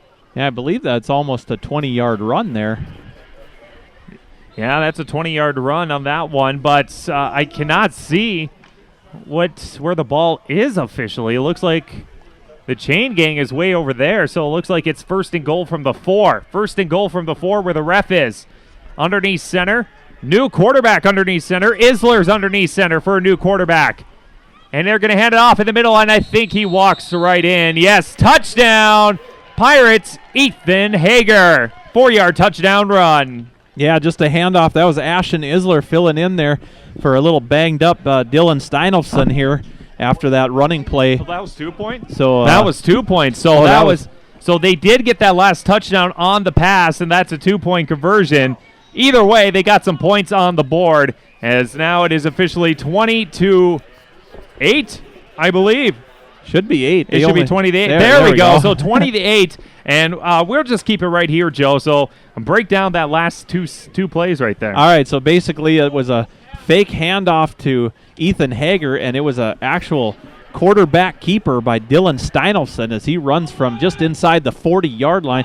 He ran that, or take that back rather. That would have been, what do you have on that one, Kyle? That would have been about a 30-yard run. Yeah, it was about a 30-yard run by the quarterback Steinolfson, but then he was out the next play. Yeah, so he was out, so then Ashton Isler comes in, and actually, but they give that touchdown to Steinolfson, and then Ashton Isler plays the quarterback position for the 2-point conversion. So, and then it was run in there by Ethan Hager to score the extra 2 points. So 20-8 now is the score. The Lions lead 10:22 to go. So just within 2 minutes here, the Pirates put some points on the board, and it's all of a sudden we're within 12 points here.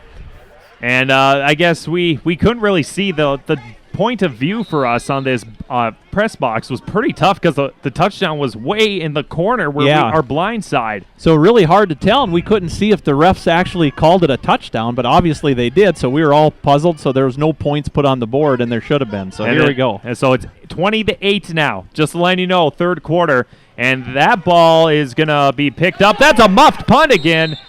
Oh, that's a dangerous again for the Lions, but they're going to start at their own 25 or so. Yeah, Twardowski able to jump on it. It was almost jumped for and almost touched, almost made it into a live ball at about the 30-yard line, but then it did bounce, and Twardowski able to kind of jump on it, and it'll be Lions ball at about their own 25-yard line is where they're going to start their drive. All right, so the offense did their job for the first series. Now let's see what the defense can do for the Pirates. But the Lions, they just got to minimize those mistakes that just happened there with those special teams. Here we go, underneath center for the Lions. They are up 20-8 so far. Waiting for the handoff. And it's going to be another pass coming up for Baumiller. Completed to Vanderlaan. Vanderlaan gains another 11 yards. Yeah, Vanderlaan grabbing that ball, rolling out to his right. Baumiller doing a nice job. Looked like it was a handoff, and it wasn't. And then he rolls out and hits Vanderlaan up about the 29-yard line. Vanderlaan moves it up to about the 37-yard line. So a nice run there, about 11 or 12-yard gain there for Cole Vanderlaan. 10 minutes remaining, third quarter, 20-8 in favor for the Lions. Lions control the ball in their own territory inside their own 40. Baumiller's under center, two running backs in I formation. They are actually going to pass it for a screen pass, and there's a wide open by Jaden Benz. He gains another 10 yards. Yeah, that's going to be really close to the first down. Here we rolled out to the left real quick and went right into a nice catch there by Jaden Benz for 10 yards. The last play, 12 yards to Vanderlaan. So basically the same play, just rolling out to his left this time instead of the right. So two quick plays connecting here for the Lions. Baumiller is carving up the defense right now. Not so much running, it's just a little slice here, slice there. Big chunk right there. Underneath center, Baumiller, I formation. Those tight ends are dangerous on the right and left. Waiting for the snap. Snap. Handoff this time, and that's going to be swarmed. Fumble on the ground, though. Who's going to pick it up, though? If it's Pirates, that's a momentum swinger. If the Lions, that could be another costly mistake. Oh, here we go, Joe. Yeah, it's going to be close. It's going to be picked up by the Lions. Coming out with it is officially going to be Holzer. That's still going to be a 2-yard gain by Holzer. Yeah, just a 2-yard run. Was that Holzer or was that Twardowski? Twardowski with the 2-yard gun. But the fumble was recovered by Holzer. There you go. And it was actually Brandon Dewald on the tackle for the Pirates. So the Pirates are starting to try to break the Lions. They were getting some shots, but still the Lions are still driving. Officially on the 50-yard line on a 2nd and 8. Pass right side, Baumiller. Is that tight end open again? And that one was incomplete, I think. That one intended for Jared Baumiller. That one would have put him almost all the way up to the 35-yard line, but Jared having to dive for that one. Got his hands on it, just not able to reel it in as he was hitting the ground pretty much as he was trying to catch that one. So those receivers are wide open in Kidder County defense. The Lions are just carving him up, even if he missed it, which they've been catching most of them. It just missed a couple, and then it's just like it's 3rd and long now. Yeah, that would have been a big play had he caught it. I mean, it was right there for a big play. 3rd and 8 from the 50 for the Lions. They're up 20-8, under 9 minutes remaining, third quarter. Player in motion, I formation, Baumiller. Why not going for a pass? That's a screen. That one you can read all day, and it's going to be a huge gain once again for Cole Vanderlaan. First down, that's going to be about a 9-yard gain. Yeah, right, rolling back with it actually was Cole Baumiller as he was in a little trouble, but did a nice job of getting that ball off and right into the hands of an open Vanderlaan. As Vanderlaan able to, like Kyle said, pull in about 9 more yards. That puts the ball up to about the 41-yard line. This is the Lions. Now they are in Pirate territory. 8:24 remaining, third quarter, 20-8. Lions are just driving, 1st and 10. The ball is on the 40 in Pirate territory, like Joe said. Baumiller underneath center, and they're going to pass it again, this time left side. Time in the pocket, long pass. That's a duck, but it's picked up officially by another wide receiver, Jaden Benz. Yeah, a nice pass there. About, what was that, about 24 yards roughly there for Jaden Benz. A nice screen out, rolling to his left. Cole Baumiller had a little bit of time, put that ball up, and just a nice job, Jaden Benz picking that one up. Getting close to 200 yards passing now for Baumiller. I formation. Waiting here for the Lions to get the play from Coach Keeney. 7:46 remaining, third quarter, 20-8. The Lions are trying to extend their lead. And another pass. Baumiller wide open, but it was actually a good block there by the defensive line. It was wide open, was the wide receiver Cole Vanderlaan, but no good. Yeah, that was actually Ty Hansen getting a hand on that and breaking that one up to making that one incomplete. But again, it looked like Baumiller going to try to do a nice pass again. The coaches for the Pirates are trying to say that they need the tighten up for some coverage because they are just carving the Pirates defense like pretty good right now. We'll see what's going to happen. 7:36 remaining, third quarter, 20-8. The Pirates trying to get a stop to get some momentum after the touchdown. Baumiller underneath center, I formation, puts a player in motion. And we're waiting here for the next handoff, it looks like. And there's a nice bear hug right there by the Pirates for the running back. That was Twardowski, no gain. 3rd and 10.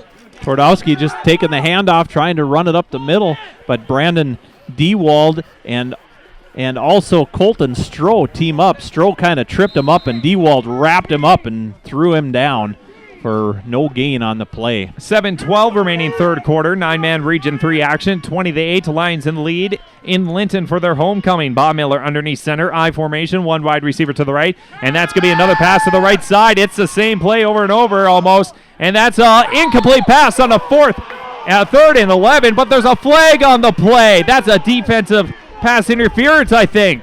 That or holding. It's definitely going to be on the Pirates here, as that ball looked pretty catchable, and the Pirates see once what that does here. That was on a 3rd and 11. So if that's a pass interference, it's going to be close to an automatic first down, I think. Wherever we'll see what the stripes say. As they are gonna, it's gonna be on the Pirates officially, and it will be well, now I can't see yet. Yep, first down for the Lions. So that makes it, that might be 1st and goal, I believe, folks. Nope, it's still not 1st and goal. It's going to be 1st and 10 from the 11. Yep. Let's go, Pirates! Yep, they got the chains up about the 11-yard line. 6:55 remaining. See what the Lions can do here. Try to go up by 20, or at least by a few more. And that's going to be a flag on the play after the run up the middle by Twardowski, I believe. Yes. Hand off to Twardowski, just trying to run it up the middle, wrapped up by a couple Pirates right away. There wasn't much of a gain, but I think we got holding. It's got to be, I think, on offense. They're still discussing. All right, Here we go. Let's see what the head ref says from the motions here in Linton. Yep, it's going to be officially on the Lions. The Pirates get a little bit of break there. Not much, though, because it's already inside the 20. I did not see what the ref actually said, though, yet. See, they haven't really backed the ball up, have they? Oh, that's a fumble. It's the Pirates' ball. The ball was loose. It is officially Pirates' ball.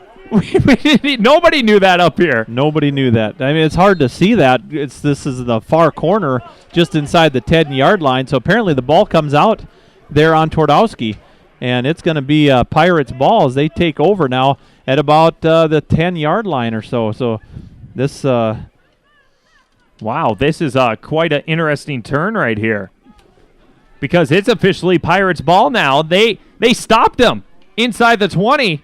And they're just going to try run it. That's I don't think anybody, even the team over on the far side, didn't even know. The Pirates didn't even know they had the ball.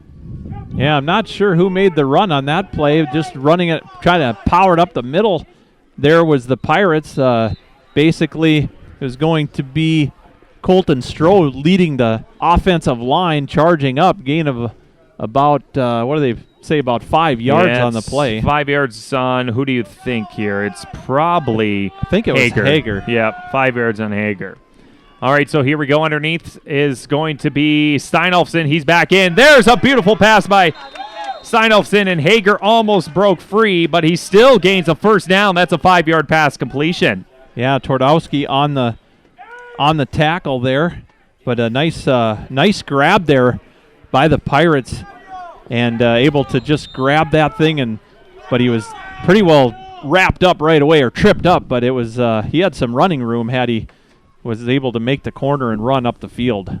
All right, so here we go for the 5:39 remaining, 20-8. Pirates are down. Pirates control the ball here in Linton on their homecoming.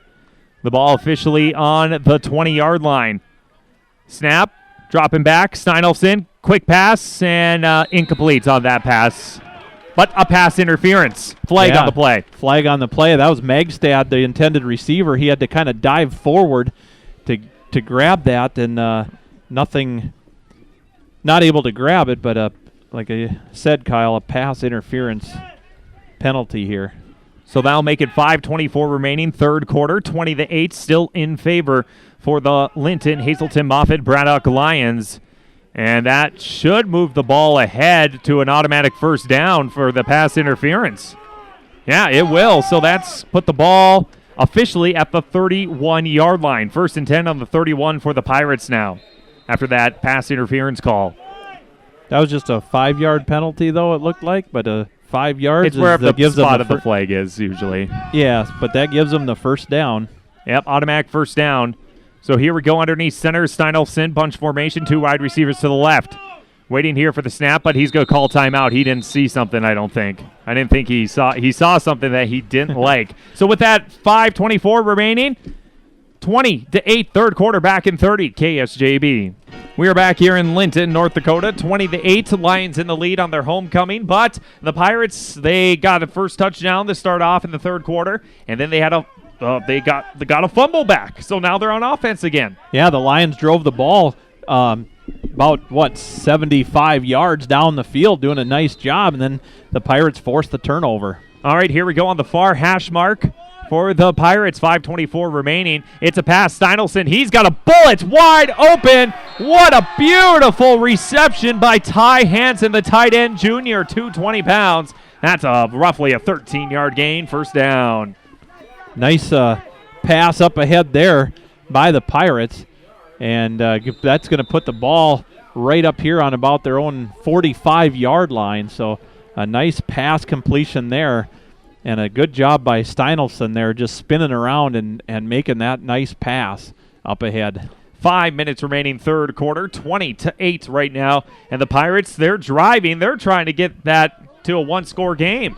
Underneath center, Steinelson, bunch formation once again, player in motion. And they're going to hand it off this time to Hager, and Hager gains 3 on that carry on the left side. Yeah, Hager just running out to his left and trying to follow some blockers, but the Lions defense right there to trip him up and take him down. That puts the ball up to about the 48-yard line, still in their own territory, but threatening here to cross midfield are the Pirates. So here we go, waiting for the next play on a second and a manageable roughly 7. 4:20 remaining. Third quarter yet. We still have a full quarter, and the Pirates are trying to make a comeback from 20-0. 3 wide receivers to the right. Steinelson. And that pass was blocked right away, and he just couldn't get it. The lineman was too tall. Yeah, Cole Vanderlaan making the stop there as that pass from Steinelson trying to throw it out to the right wing, but Vanderlaan getting his hand right on that ball and batting it right out of the sky. All right, so that will make it 20-8 yet. 4:09 remaining in your third quarter. Pirates control the ball on a 3rd and 7. They have to get those 7 yards if they want to continue this drive. And they got that first touchdown, and they've been doing a little bit more passing like, Joe, you wanted. Yeah, I guess I did. So here we go. Let's You're listening, Joe. Yeah, right. All right, here we go. Underneath center, Steinelson, 2 wide receivers to the right. They're going to drop back for a pass. That pass is up. It's completed. And trying to go all the way with a stiff arm. There's Magstad and brought down inside the 15-yard line. What a beautiful pass there. A nice pass over everybody and right into the hands of Magstad. That's a 40-yard pass. Wow, 40 yards, and that's going to be Magstad, and I think that's his that's his second completion. He had a 15-yard completion earlier in the first half. All right, so here we go on a 1st and 10, but we have a timeout by the Lions head coach. Keeney, he is not happy with his team. They're blowing a 20-0 lead right now. We're going to be back in 30 seconds, 20-8 here on KSJB. You're listening to 9-man football action, a Region 3 matchup between the Linton, Hazleton, Moffett, Braddock Lions. They are leading the Kidder County Pirates 20-8. Joe Jacobs, the passing is working for the Pirates right now, and the Lions if you think about it too. Yeah, it really has been. The Lions had a really nice drive here coming back after that touchdown by the Pirates. They drove it all the way up inside the 10-yard line, but then they fumbled it, turned it over, and now the Pirates have just pretty well drove down the length of the field. They got that ball just, inside about the 15-yard line. Not sure exactly where the it's ball placed, is officially looks like about the 12 or so yard line, what Yeah. I can see, and it's under 4 minutes remaining, third quarter. We still have a lot of football left here for this 9-man action, and it's became a game now the way Kidder County has come out of the locker room at half. And here we go. Steinolfson is underneath center, one back in the backfield, two wide receivers to the right, and we have a D-line jump encroachment, and that's a free 5 yards for the Pirates. Yeah, it looked like the Pirates set them up for that one. It looks like they were trying to get them to jump, and they sure did. And 5 more yards, that's going to put it inside to about the 7-yard line now for the Pirates here. Once again, it's a battle of maroon and gold here tonight for both teams. Underneath center, Steinolfson facing a 1st and 5 now inside the 10-yard line. And he's going to drop back.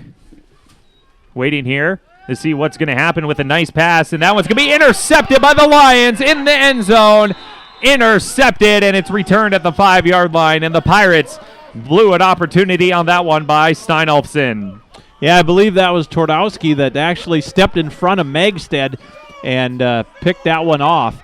So a turnover right there as the Pirates almost made this a one-possession game. Now the Lions will work from right to left. They have to go the distance of the field here. Thing is, it's still anybody's game with that fourth quarter still looming. The entire fourth quarter, 20-8, 3:48 remaining in the third quarter. And the ball officially placed on, we'll see what the scoreboard says. It looks like on the 5. We'll go with that. He's shaking his head. Yeah, we'll say 5. All right. We like that. All right, so on the 5. And here we go underneath. Center is going to be Baumiller. He's going to pass it again wide open and running. Trying to go all the way is Vanderlaan, and finally brought out at the 40. That's a 35-yard gain. Yeah, finally brought down by Clay Fanta and also Alex Stroh on the tackle there for the Pirates, but a huge gain there by the Lions. All right, so it's going to be 3:39 remaining. That went out of bounds, I believe, so that means the clock has stopped again. Still third quarter, plenty of third quarter remaining. 1st and 10. The ball is on the 41-yard line, in-line territory for the Lions for this 9-man Region 3 matchup. Now the Pirates are back on defense after that interception by Steinolfson in the end zone. Underneath center, once again, it's going to be Baumiller, and there's a beautiful run with wide open, and he is trying to go all the way. It's Twardowski. Wide open. That's it. Touchdown. That is a beautiful 59-yard touchdown run by Twardowski. Wow, just a handoff. Twardowski got a nice block right about the line of scrimmage, and he was gone. He pretty much, once he got across midfield at about the 50-yard line, running off to his right just a little bit, he beat every Pirate to the other end as he was untouched all the way into the end zone to make it 26-8 here in favor of the Linton, Hazelton, Moffett, Braddock Lions. Almost a one-possession game, and now it's back to a three-possession game just like that on a costly turnover for the Pirates. Underneath center, Baumiller, he's dropping back, and he's going to roll out to the right, and he's going to try keeping himself. He does a sidestep. Good 2-point conversion on the nice sidestep, and just like that, it is 28-8. Back to a 20-point lead for the Lions here in Linton. Back in 30 seconds, KSJB. 3:29 remaining in your third quarter, 28-8 as the lead is back to 20. And Joe, just like that, it was almost a one-possession game back to close to a three-possession game again. Yeah, the Pirates were just at their about the 7-yard line through an interception, and then the Lions quick drove it down. And you're right. Could have been a real close game here. It could have been within 4 points. All right, so here we go, and that kick is off to the right, picked up by Hager. Hager is going to be tripped at his own 40. And was there a fumble on that? Didn't see, but it looks like he's going to stop at his 42, it looks like. Yeah, just kind of a high little short kick, and Hager able to catch it about the 37-yard line and tripped up, but gets it up to about the 40. They put it about the 43-yard line here, so the Pirates trying to get some more points on the board. They were so close. They scored first coming out here in the third quarter and almost did it again, and then turned it over, and the Lions took advantage of it. Kidder County is doing pretty well with lots of their players injured. The Lions, they're maintaining well after a few mistakes, and they're just getting that explosive offense. Here we go. Steinolfson, why not? Let's just air it out. And that one was going to be incomplete. And good coverage on that one.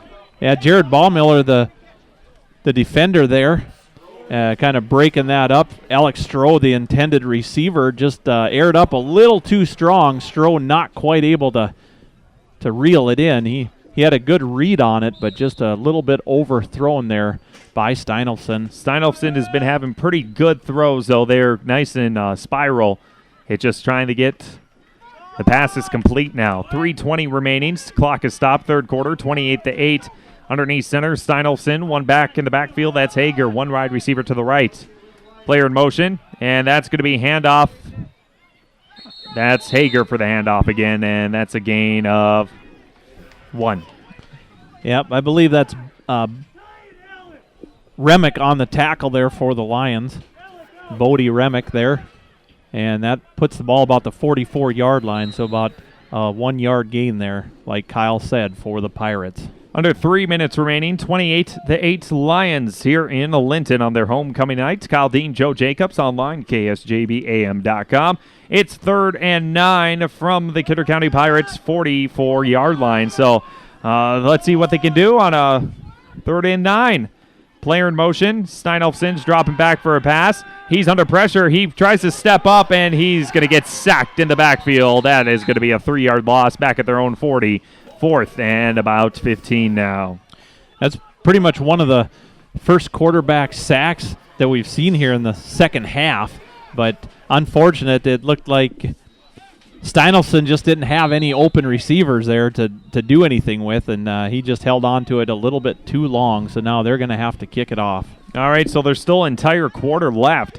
28-8, 2 minutes remaining, but the Kidder County defense has not been doing so well. Here is the punt team out for the Pirates. Returning back for the Lions, I can't see his number off the side. It looks like it's going to be McCrory. That's a high punt. And it's going to be dropped out about the 43-yard line after that punt. I should say the 43-yard line of the Lions. Yes, the Lions. And that was just a real high kick. Didn't really go anywhere. Ashton Isler kicking that for the Pirates. Got some real good sky on it, but just went pretty well. Maybe about 15, 18 yards is all roughly.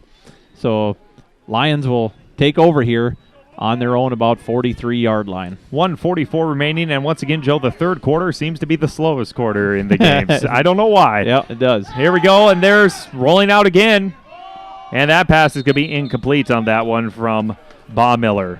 First one and a rare one for a while. Yeah, that was intended for Vanderlaan, and that was going to be Clay Fanta that is going to break up that play, but it was thrown a little bit too far behind Vanderlaan, not able to really catch that ball, but it was basically the quarterback there that just threw it a little bit behind him, but basically was under a lot of pressure. 1:39 remaining, 28-8, Linton in the lead here in Linton, and the Lions control the ball.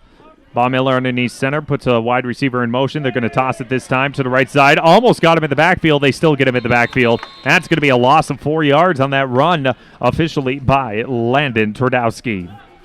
Yeah, and that was going to be on the tackle there, Jackson Deckert. But it was also, I believe it was Colton Stroh there that almost broke through the line there to get the tackle in the backfield. So 3rd and roughly 14 with 1:14 remaining in the third quarter. 28-8. Still a 3-possession game, but that fourth quarter still looming quite a bit. Underneath center is going to be Ballmiller. One back in the backfield, one wide receiver to the right, one to the left. Dropping back, Ballmiller, and he's going to get, holy cow, sacked way behind. But there's a flag on the play. There might have been a holding call on the Lions because that defensive line was way back there. Yeah, that pushed him all the way back. It's 20 yards loss. Yeah, if that stands, we'll see what happens there. But boy, Baumiller come out of the snap and just had to run back, and he had a whole group of Pirates that were on him, and the ball placed at about the 27-yard line, where it was up by about the 43. So, but okay. It looks like it was a holding call on the Lions. They declined because it was a 20-yard sack. So now it's 4th and about 27. So good stop by the Pirates to still be in this game before the fourth quarter starts in 53 seconds. Here we go for the punt team now. And there's the punt. Beautiful punt. And that one's going to be muffed, but picked up and finally down by Parker Hager for the Pirates. Yeah, Hager catching that and just kind of caught it right in front of him and on the ground there. And I believe that was, I think it was like John Beck on the tackle there for the Lions. All right, so the ball is going to start at their own 40 for the Pirates. Once again, great field position. And they are down 28-8 with 46 seconds remaining. Third quarter only. We still have an entire fourth quarter. Still anybody's game here on KSJB and KSJBAM.com. Here we go underneath center. Once again is going to be Steinolfson after he threw that costly interception in the end zone after they were driving. 3 wide receivers, and that pass was way too in front of Ashton Isler. Yeah, Isler, the intended receiver. Ryan Holzer on the defense there, but just overthrown there by Steinolfson and the Pirates. 43 seconds remaining. That only took like 3 seconds off the clock in the third quarter. Stopping the clock yet, though, Yeah. because of an incomplete pass. So it is officially 2nd and 10 from the 40 in Pirate territory. Bunch formation underneath center, Steinolfson. And that was a quick break free and a gain of 70 yards there by Hager. 70-yard gain. Yeah, just a nice run up the middle. Cole Vanderlaan on the tackle for the Lions, but just running right up the middle. A nice power move there by Ethan Hager as he picked up, like Kyle said, about 7 yards. That puts the ball up to about the 46-yard line. Pirates ball in their own territory, looking to get across midfield here as they're driving from left to right here with like about 10 seconds. Yep, clock running. So one play, 3rd and 2. They're going to go for it on a 3rd and 2 with 5 seconds remaining.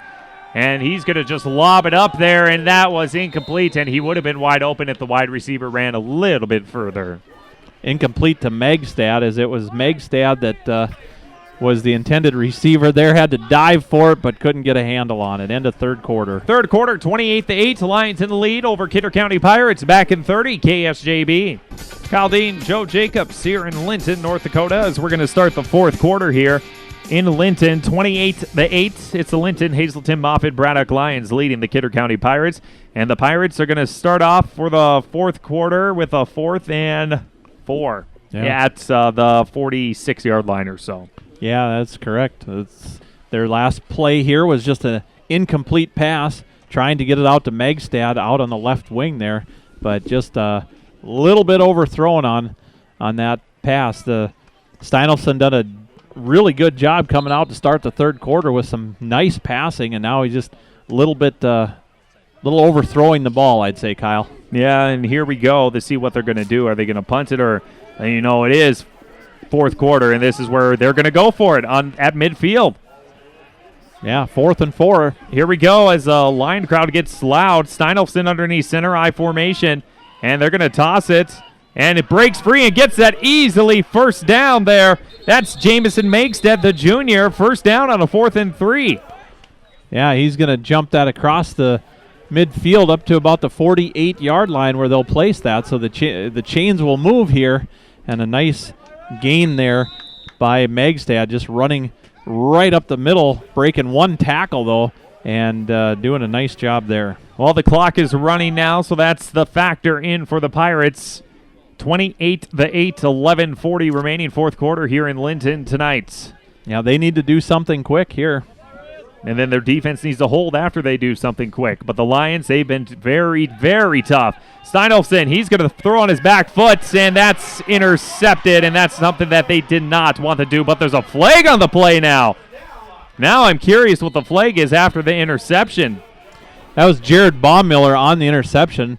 Looked like it was intended for Alex Stroh, and Baumiller just reading that. So it's going to be a block after the interception. So it is officially going to be Lions football now, and that's going to be 28-8. And honestly, there's still plenty of time for the Pirates, but they have to stop on defense really, really quick. They get that back, because I have a feeling there's going to be a lot of running now in the fourth quarter from the Lions. Yeah. What do they do?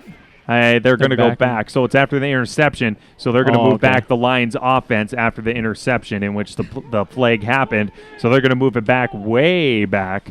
And it's going to be Lions ball either way. Yeah, Jared Baumiller just did a nice job stepping in front of that one, picking it off. But then there was a holding call on the Lions, so that moved it back from where he was pushed out of bounds. They're back all the way to about the 15-yard line, yes. Yep, so the Lions will be on their own 15 on the 1st and 10 after that flag. So not great field position. And that's a fumble, and they're just going to lose 4 yards on that bad shotgun snap.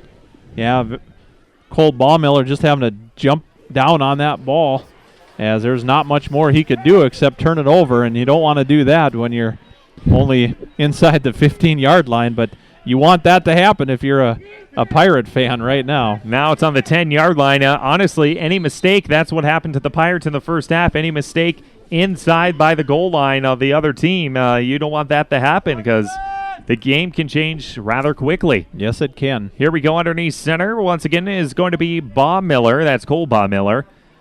Underneath center, waiting here for the snap, and he's going to roll out to the left. He's going to pass it, and that's intercepted easily by the Pirates. By guess who? Steinolfson. He got that one back after he threw it in the end zone. Yes, he did. He caught that up about the 25-yard line and gets it back in about 6 yards or so, where he's stopped roughly about the 20-yard line, I think, is about where the Pirates will. Joe, you're up 28-8, but you're still throwing the ball with 11 minutes remaining. That is not a good call. Not a good call on that one. Yes, they've had success, but you do not want to throw the ball when there's 11 minutes left, I don't think. Yeah, that was a very dangerous pass up the middle, as there was about 3 Pirates standing there, but Steinolfson just reeled that one in. A nice job stepping up to that one. Steinolfson starting at the 20-yard line, and they're going to try and hand it off to Hager, and he's going to lose 3 yards. Hager is. He was wrapped up by Riley Mathis in a hurry, as he read that one real quick, as that handoff was to Ethan Hager. Just trying to get up the middle, but yeah, Riley Mathis said he'll have nothing to do with that. And it looks like we have a timeout on the field, if I'm not mistaken. Nope, it's a ref timeout, I think. Oh, there's a flag on the play. I see it now. It's right in front of the beam right here. Oh, yes. Yep. Right in the block of our vision here. Didn't see what the call was here. And it's going to go in favor of unsportsmanlike conduct on the Lions. They're shooting themselves in the foot. All of a sudden, it could be back to a 2-possession game with 10 minutes remaining. So is that a 10-yard? That would be roughly, looks like, yes, about 10-yard. So it's inside the 10 officially now, inside the 10-yard line. Underneath center, new quarterback. It's going to be Ashton Isler. He's underneath center. Puts a play in motion. Isler tosses it to the right side. Sidestep on the right is Jamison Megstad. He walks in for a touchdown. All of a sudden, we got a ball game again. So Megstad there getting a pitch out that time by Ashton Isler, running to his right. Does a stagger step back and forth, kind of beating one guy, actually fooling him, you could say, and a nice move, and he's able to run it in from roughly, what was he out about? 9-yard touchdown run for Megstad. So yes. Number 8 gains 9 for a 9-yard touchdown run. Waiting here for the 2-point conversion. Now we got a new quarterback. Is still Isler. And he's going to hand it off to Hager for 2 points. They're fighting for those 2 points. It's good. And, folks, it is now 28-16. 9:45 remaining, fourth quarter. Lions still in the lead. Back in 30, KSJB. 9:45 remaining in your fourth quarter. 28-16. It was 28-8. And A mishap on the Lions just like that near the end zone of the Pirates, and the Pirates have a 2-score game, but still, time is against them with under 10 minutes, Joe. Yeah, it'll be interesting. I'll tell you what, though, if the Lions turn it over as fast as they did that last play, it's anybody's ball game here yet. Yeah, anybody's. That's what we love about 9-man football, as don't count any team out when they play each other. And don't forget, it's a region matchup, a rival matchup. If you notice, Kyle, most of these points on the board tonight are from just little mishap, little turnovers, just fumbles or interceptions, and the other team has scored on just about every one. And that's what it has been. It's not been offense. It's been defense with a little bit of offense. Yep, that's right. So here we go for the kick, and they're going to try a squib. And it's going to be picked up at the 39-yard line for the Lions. Yeah, the Lions just jumping on that one, able to, I believe that's Holzer. Yes, that is Ryan Holzer that jumps on that one and makes sure it's secured for the Lions. So that's just, let's see, they're going to place that just inside the 40, so about the 39-yard line where the Lions now will work from left to right here. All to right. Try to protect their lead. We'll see what the Lions are going to do now. Are they going to throw it again and maybe get another interception? Or are they going to keep running it, as they've been not really big runners, just big plays on runs? Here we go, and they are officially going to hand it off, and breaking up through the middle with a lot of gain and gaining a few more yards. It's Twardowski, and just like that, that is a 61-yard touchdown run by Twardowski. That's his second 55-yard plus touchdown. Yes, it is. He had a 59-yarder here just a little bit ago. So, wow, just a handoff, kind of getting through that line of scrimmage area was a little congested, but once he did, he broke free about the 45-yard line in the Pirates territory, and he was gone. You could really tell Dylan Steinelson couldn't really catch up to him. He was the free safety there, but he was running with a limp. I don't know if you saw that, Kyle, but once Twardowski got ahead of him, he was to the end zone. So 2-point conversion pending now, 34-16. And it's going to be a quick pass in the middle, and that's going to be easily completed for the 2-point conversion. That will make it officially 36-16, and we are back to a 20-point lead for Linton. Back in 30 seconds, KSJB. We are back here in Linton. 9-man Region 3 matchup. And just like that, 61-yard touchdown run by Twardowski, and it's officially 36-16, back to another 20-point lead, and that's been the magic number for Linton. There's a kick, and it's going to be picked up by Isaiah Harder. Harder's going off the edge. He's getting some running room. He's trying to break free, and he gets back roughly to the 36-yard line. Not a bad run there. Yeah, nice run back Freshman. there. Yeah, freshman Isaiah Harder doing a nice job running to his right, getting a few blocks and getting that ball up across the 30 to about the 36-yard line where they'll place it. And the tackle finally made by the Lions, Jack McCrory, for the stop. All right, so 9:23 remaining, 36-16, all Lions here on their homecoming nights in Linton, North Dakota. Kyle Dean, Joe Jacobs, and here we go. And the new quarterback, Ashton Isler. He's played quarterback for the last 2 games, but Steinolfson's been getting beat up pretty good. And they're going to hand it off. No, Isler is just going to fumble it. And the pitch was fumbled right away, and that might have been the nail in the coffin because that was a costly turnover and a bad pitch. Yeah, totally misread there. Isler running to his right, faked the handoff, and I think he even had his own guy kind of misread, and as he just pitched it back behind, it became a live ball, and there was no Pirate there to catch that ball, and the Lions jump on it, so the Lions take over here at about the 30-yard line of the Pirates. Yeah, they're inside Pirate territory easily, and another mishap. I think we've had quite a few turnovers here tonight, Joe. And they're going to get Bob Miller. Why not hand it off again to Twardowski? He's hit pretty hard, a gain after 4, though, for Twardowski.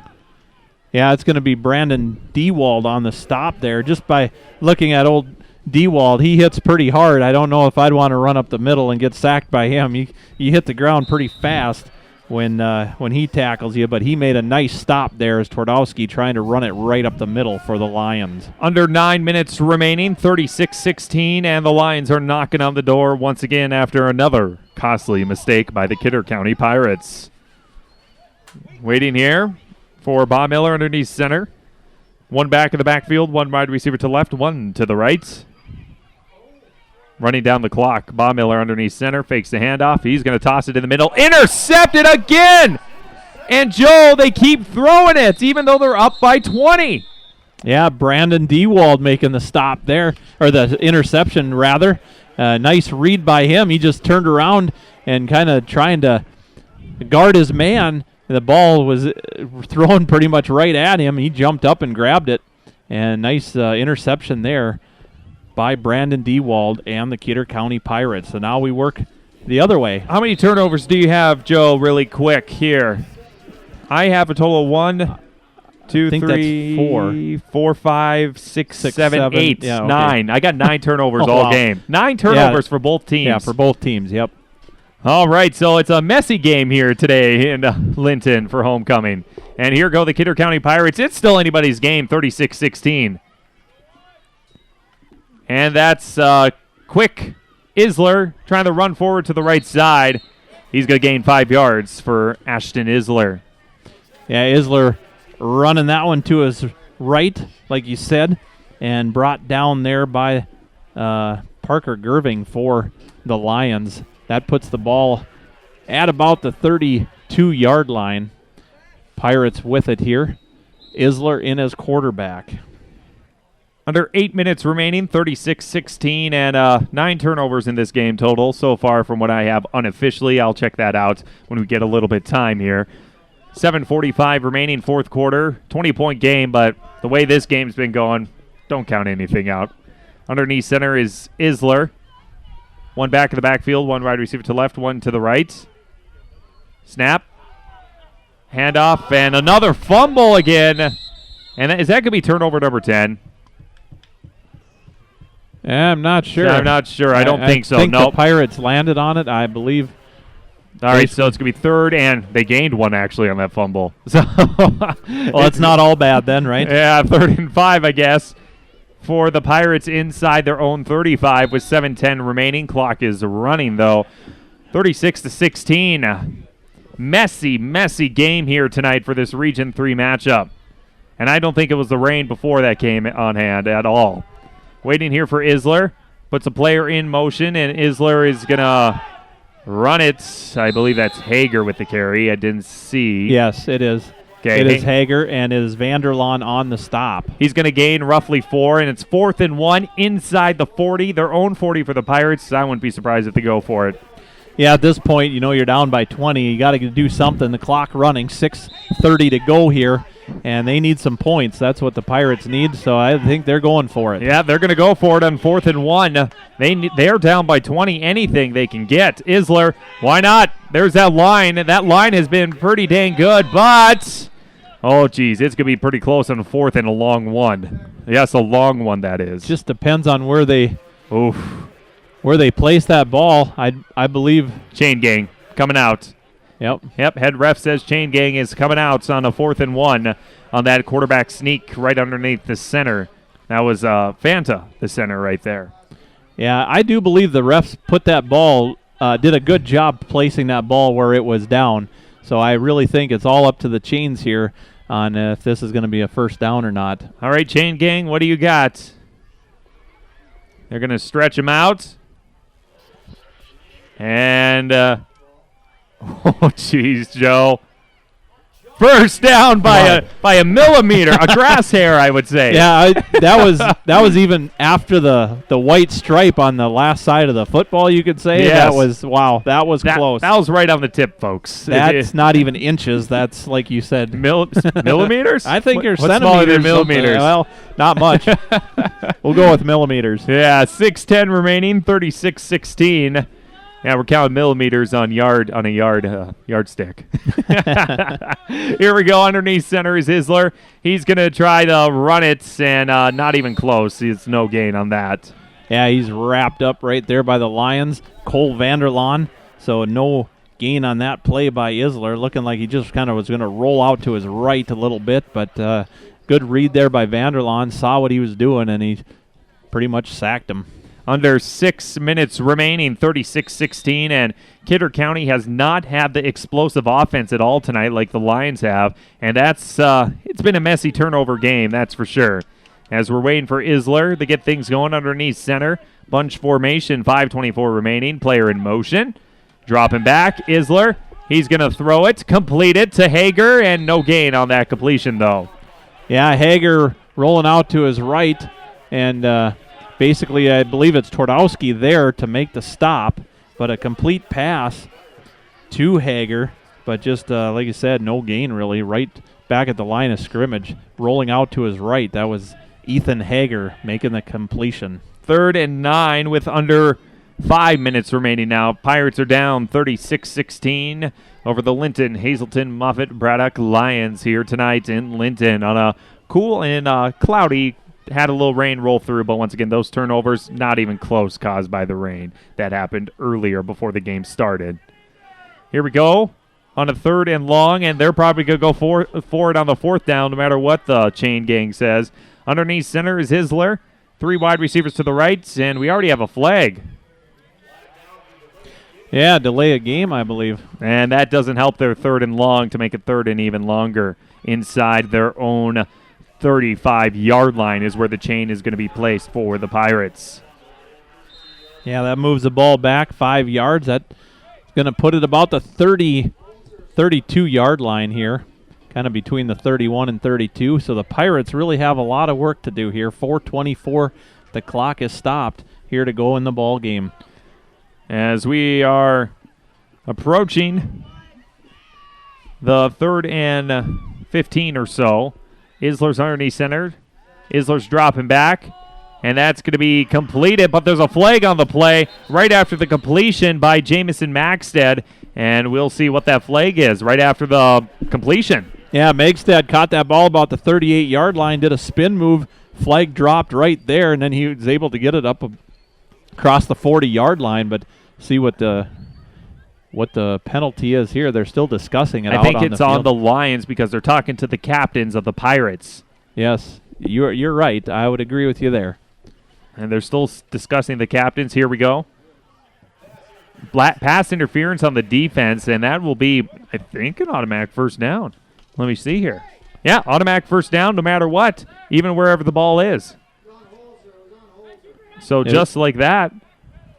The penalty on Ryan Holzer, they're saying. 4:18 remaining.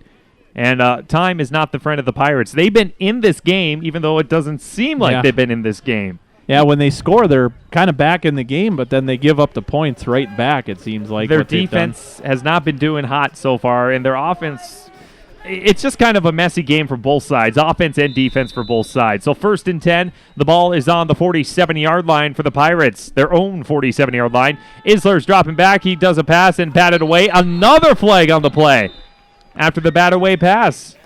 Bodie Remick to bat that one away for the Lions, but see once what they call this one.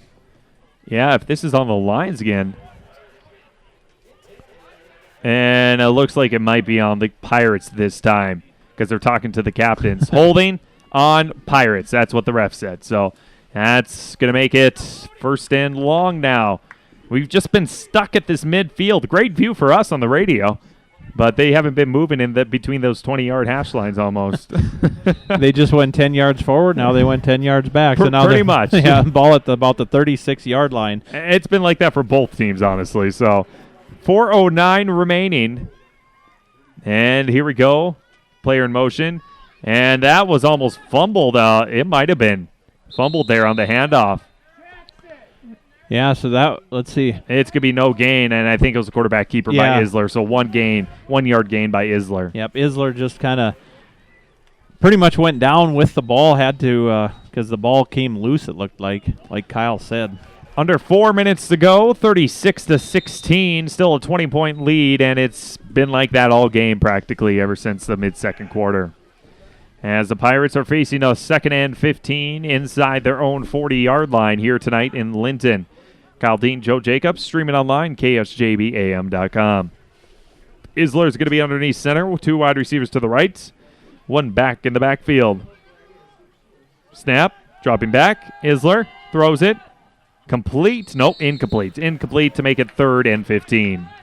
Yeah, that pass intended, I believe, for Cody Melhoff, and that's going to be incomplete just off the right wing. The throw there would have only been a gain of maybe a yard or 2 at the most, but incomplete. Good coverage there also by the Lions defense. 3:16 remaining. 36-16. Here on Classic Country, AM 600 KSJB. Lions are leading the Pirates tonight. Homecoming game for Linton. And here we go on a 3rd and long, and they're probably going to go for it on the 4th down after this play if they don't get it. And there's a nice, beautiful pass. Complete it. Gets the 1st down. What 4th down, Joe? Yeah, that's right. Up to the 40-yard line into the Lions territory. Alex Stroh making the catch there on that one. 16-yard gain for those two with 3:09 remaining. Clock is running. Jared Baumiller on the tackle for the Lions on the far side of the field.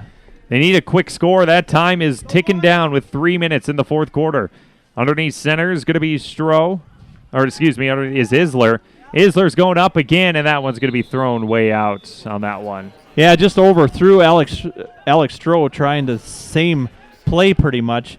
Stroh on that last one able to kind of jump, use his height and reach to grab that last one, but not that one. That one was over his head and out of bounds, so incomplete there. But stopping the clock, though, at 2:53 to go in the ballgame. 36-16, facing a 2nd and 10 on the Lions' 40-yard line are the Pirates, still down by 20, and the friend is not the clock right now. Isler's going to be underneath center, 3 wide receivers to the right, 1 back in the backfield. Snap, and it's going to be a toss, and breaking a few tackles, but still going to be a loss of 2 on that toss, officially to Cody Melhoff. Yeah, it was Ray Vetter on the tackle there that actually made the stop for the Lions, but Cody Melhoff taking a pitch off from Isler, and he had a man on him, but he did a nice spin move to break 1 tackle and then trying to go forward with it and just able to just barrel his way up for just to get back about to the line of scrimmage. 2:20 remaining. Clock is ticking, 36-16. The Lions are just trying to get something going. If they score, even if they have a minute left, you never know what might happen the way this game's been going. Underneath center, dropping back, doing a quick pass, and that pass was way out. And it's going to be passed out of bounds. Yeah, that was a quick rollout pass there by Isler, but he just threw it way behind. I believe it was Melhoff, the intended receiver, but nothing there. Not able to even get close to completing that one. So 2 minutes remaining. 36-16, and it's going to be 4th and officially about 17 right at the 50-yard line. So it pretty much comes down to this play right here to even have a chance for the Pirates. Mm-hmm. Yep, agreed. They've had many chances, though, I would have to say. Yeah. Yep, we're going to have a timeout for the Pirates. 36-16, 2 minutes ago. Back in 30, KSJB. All right, got your turnover count so far for this game. Kidder County has 5 turnovers. Linton-HMB has 4 turnovers. And Linton-HMB's 3 turnovers came in the second half. They had 1 in the first half. And looking at the Kidder County Pirates, they had, looks like 2 in the first half and 3 in the second half. So a very messy game. Both teams have 9 turnovers here for tonight together. Rough game, Joe. Yep, it really has been. 2 minutes remaining, 36-16, 4th and about 20. For the Pirates, it comes down to this play. They have to gain 20 yards to keep the drive going to even get to a 1-score game. And underneath center is going to be Isler. 2 wide receivers to the left. Kind of a bunch formation, though. Player in motion. Toss. And nothing at all. Turnover and downs. Loss of 2.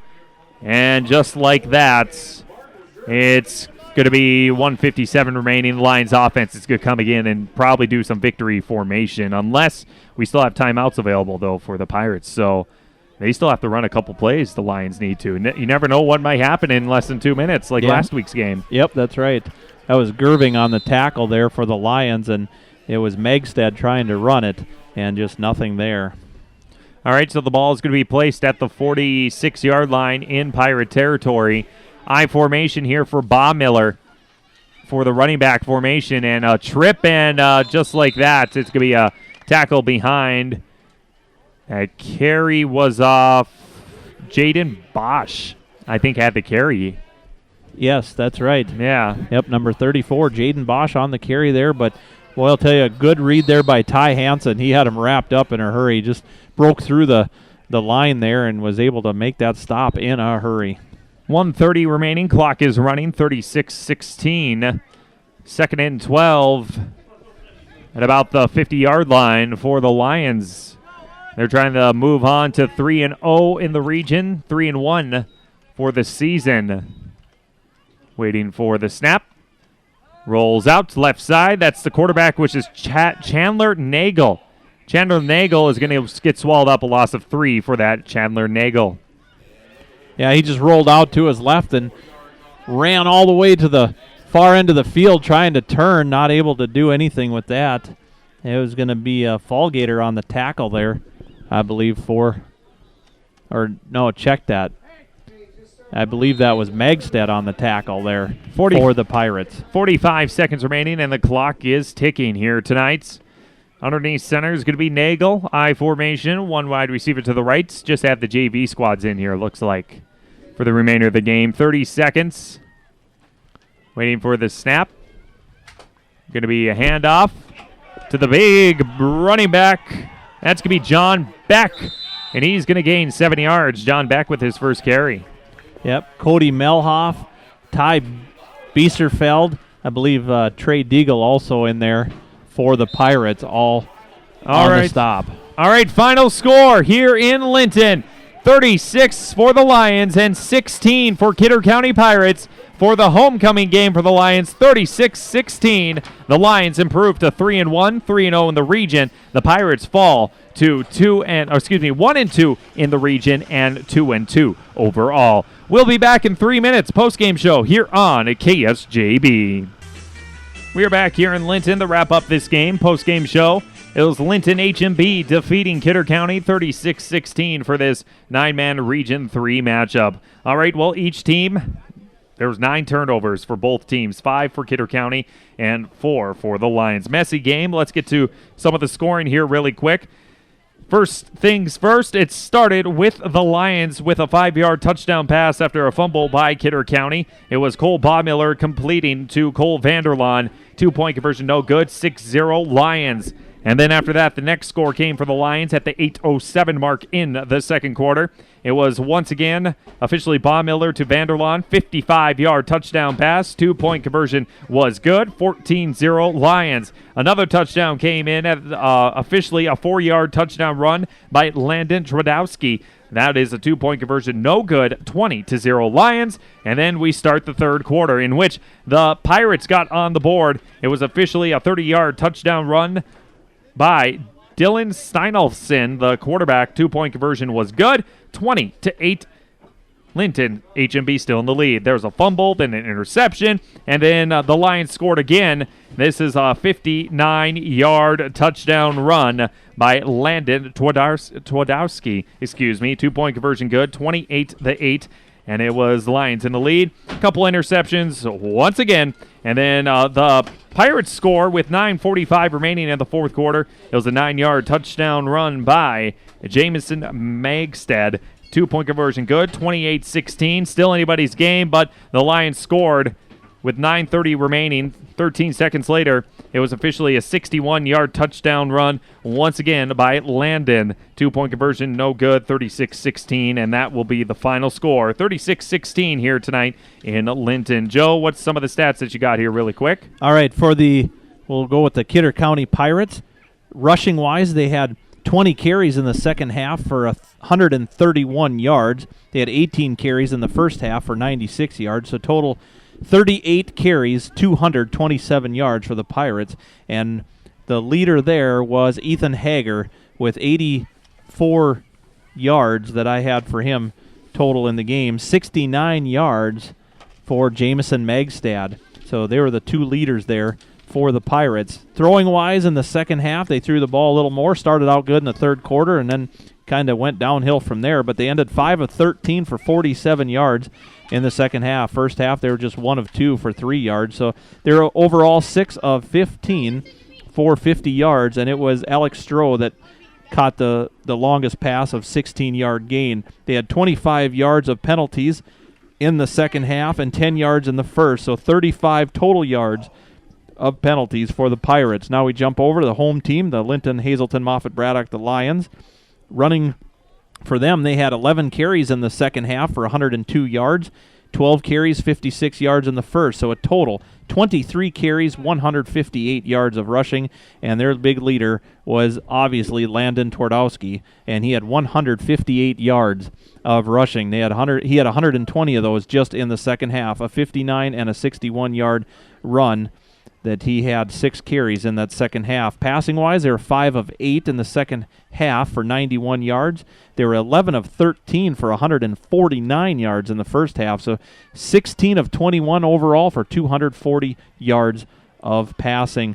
And their biggest one here was in the first half, and that was by Cole Vanderlaan. Actually, he had a 55, a 36, and a 30-yard run. So he had a lot of nice passing yards there. And they had 30 yards of penalties in that second half and 15 in the first half. So they had 45 total penalty yards. Only 10 more than the Pirates had, but kind of equaled out at the end there. Well, that was our final score. Once again, was 36-16. That'll wrap up this game. All right, so score that everybody wants to know, since we have a lot of Ellendale Edgeley people that couldn't make the game up to Larimore. The final score was number 1 ranked Larimore 49 and number 5 ranked Ellendale Edgeley Cullum 23. So got some scoring in for both sides of the football there, and that was the final score. And before we go, Joe, next week we're going to be in Strasbourg, as it's Napoleon Gackel Streeter taking on Strasbourg Zeeland in Strasbourg. So we're going to be traveling right down here again in this region of the States. That's right, just a little bit further than tonight. Just a little bit. All right, that'll do it for me, Kyle Dean and Joe Jacobs. Thank you to Steve Allen for running the board tonight, and thank you to our fine sponsors to make this broadcast possible. I'm Kyle Dean. And I'm Joe Jacobs. We'll see you guys next Friday night here on KSJB. Good night. Good night, everyone. Good night. Good night, everyone. Good night. Good night, everyone. Good night. Good night, everyone. Good night. Good night, everyone. Good night. Good night, everyone. Good night. Good night, everyone. Good night. Good night.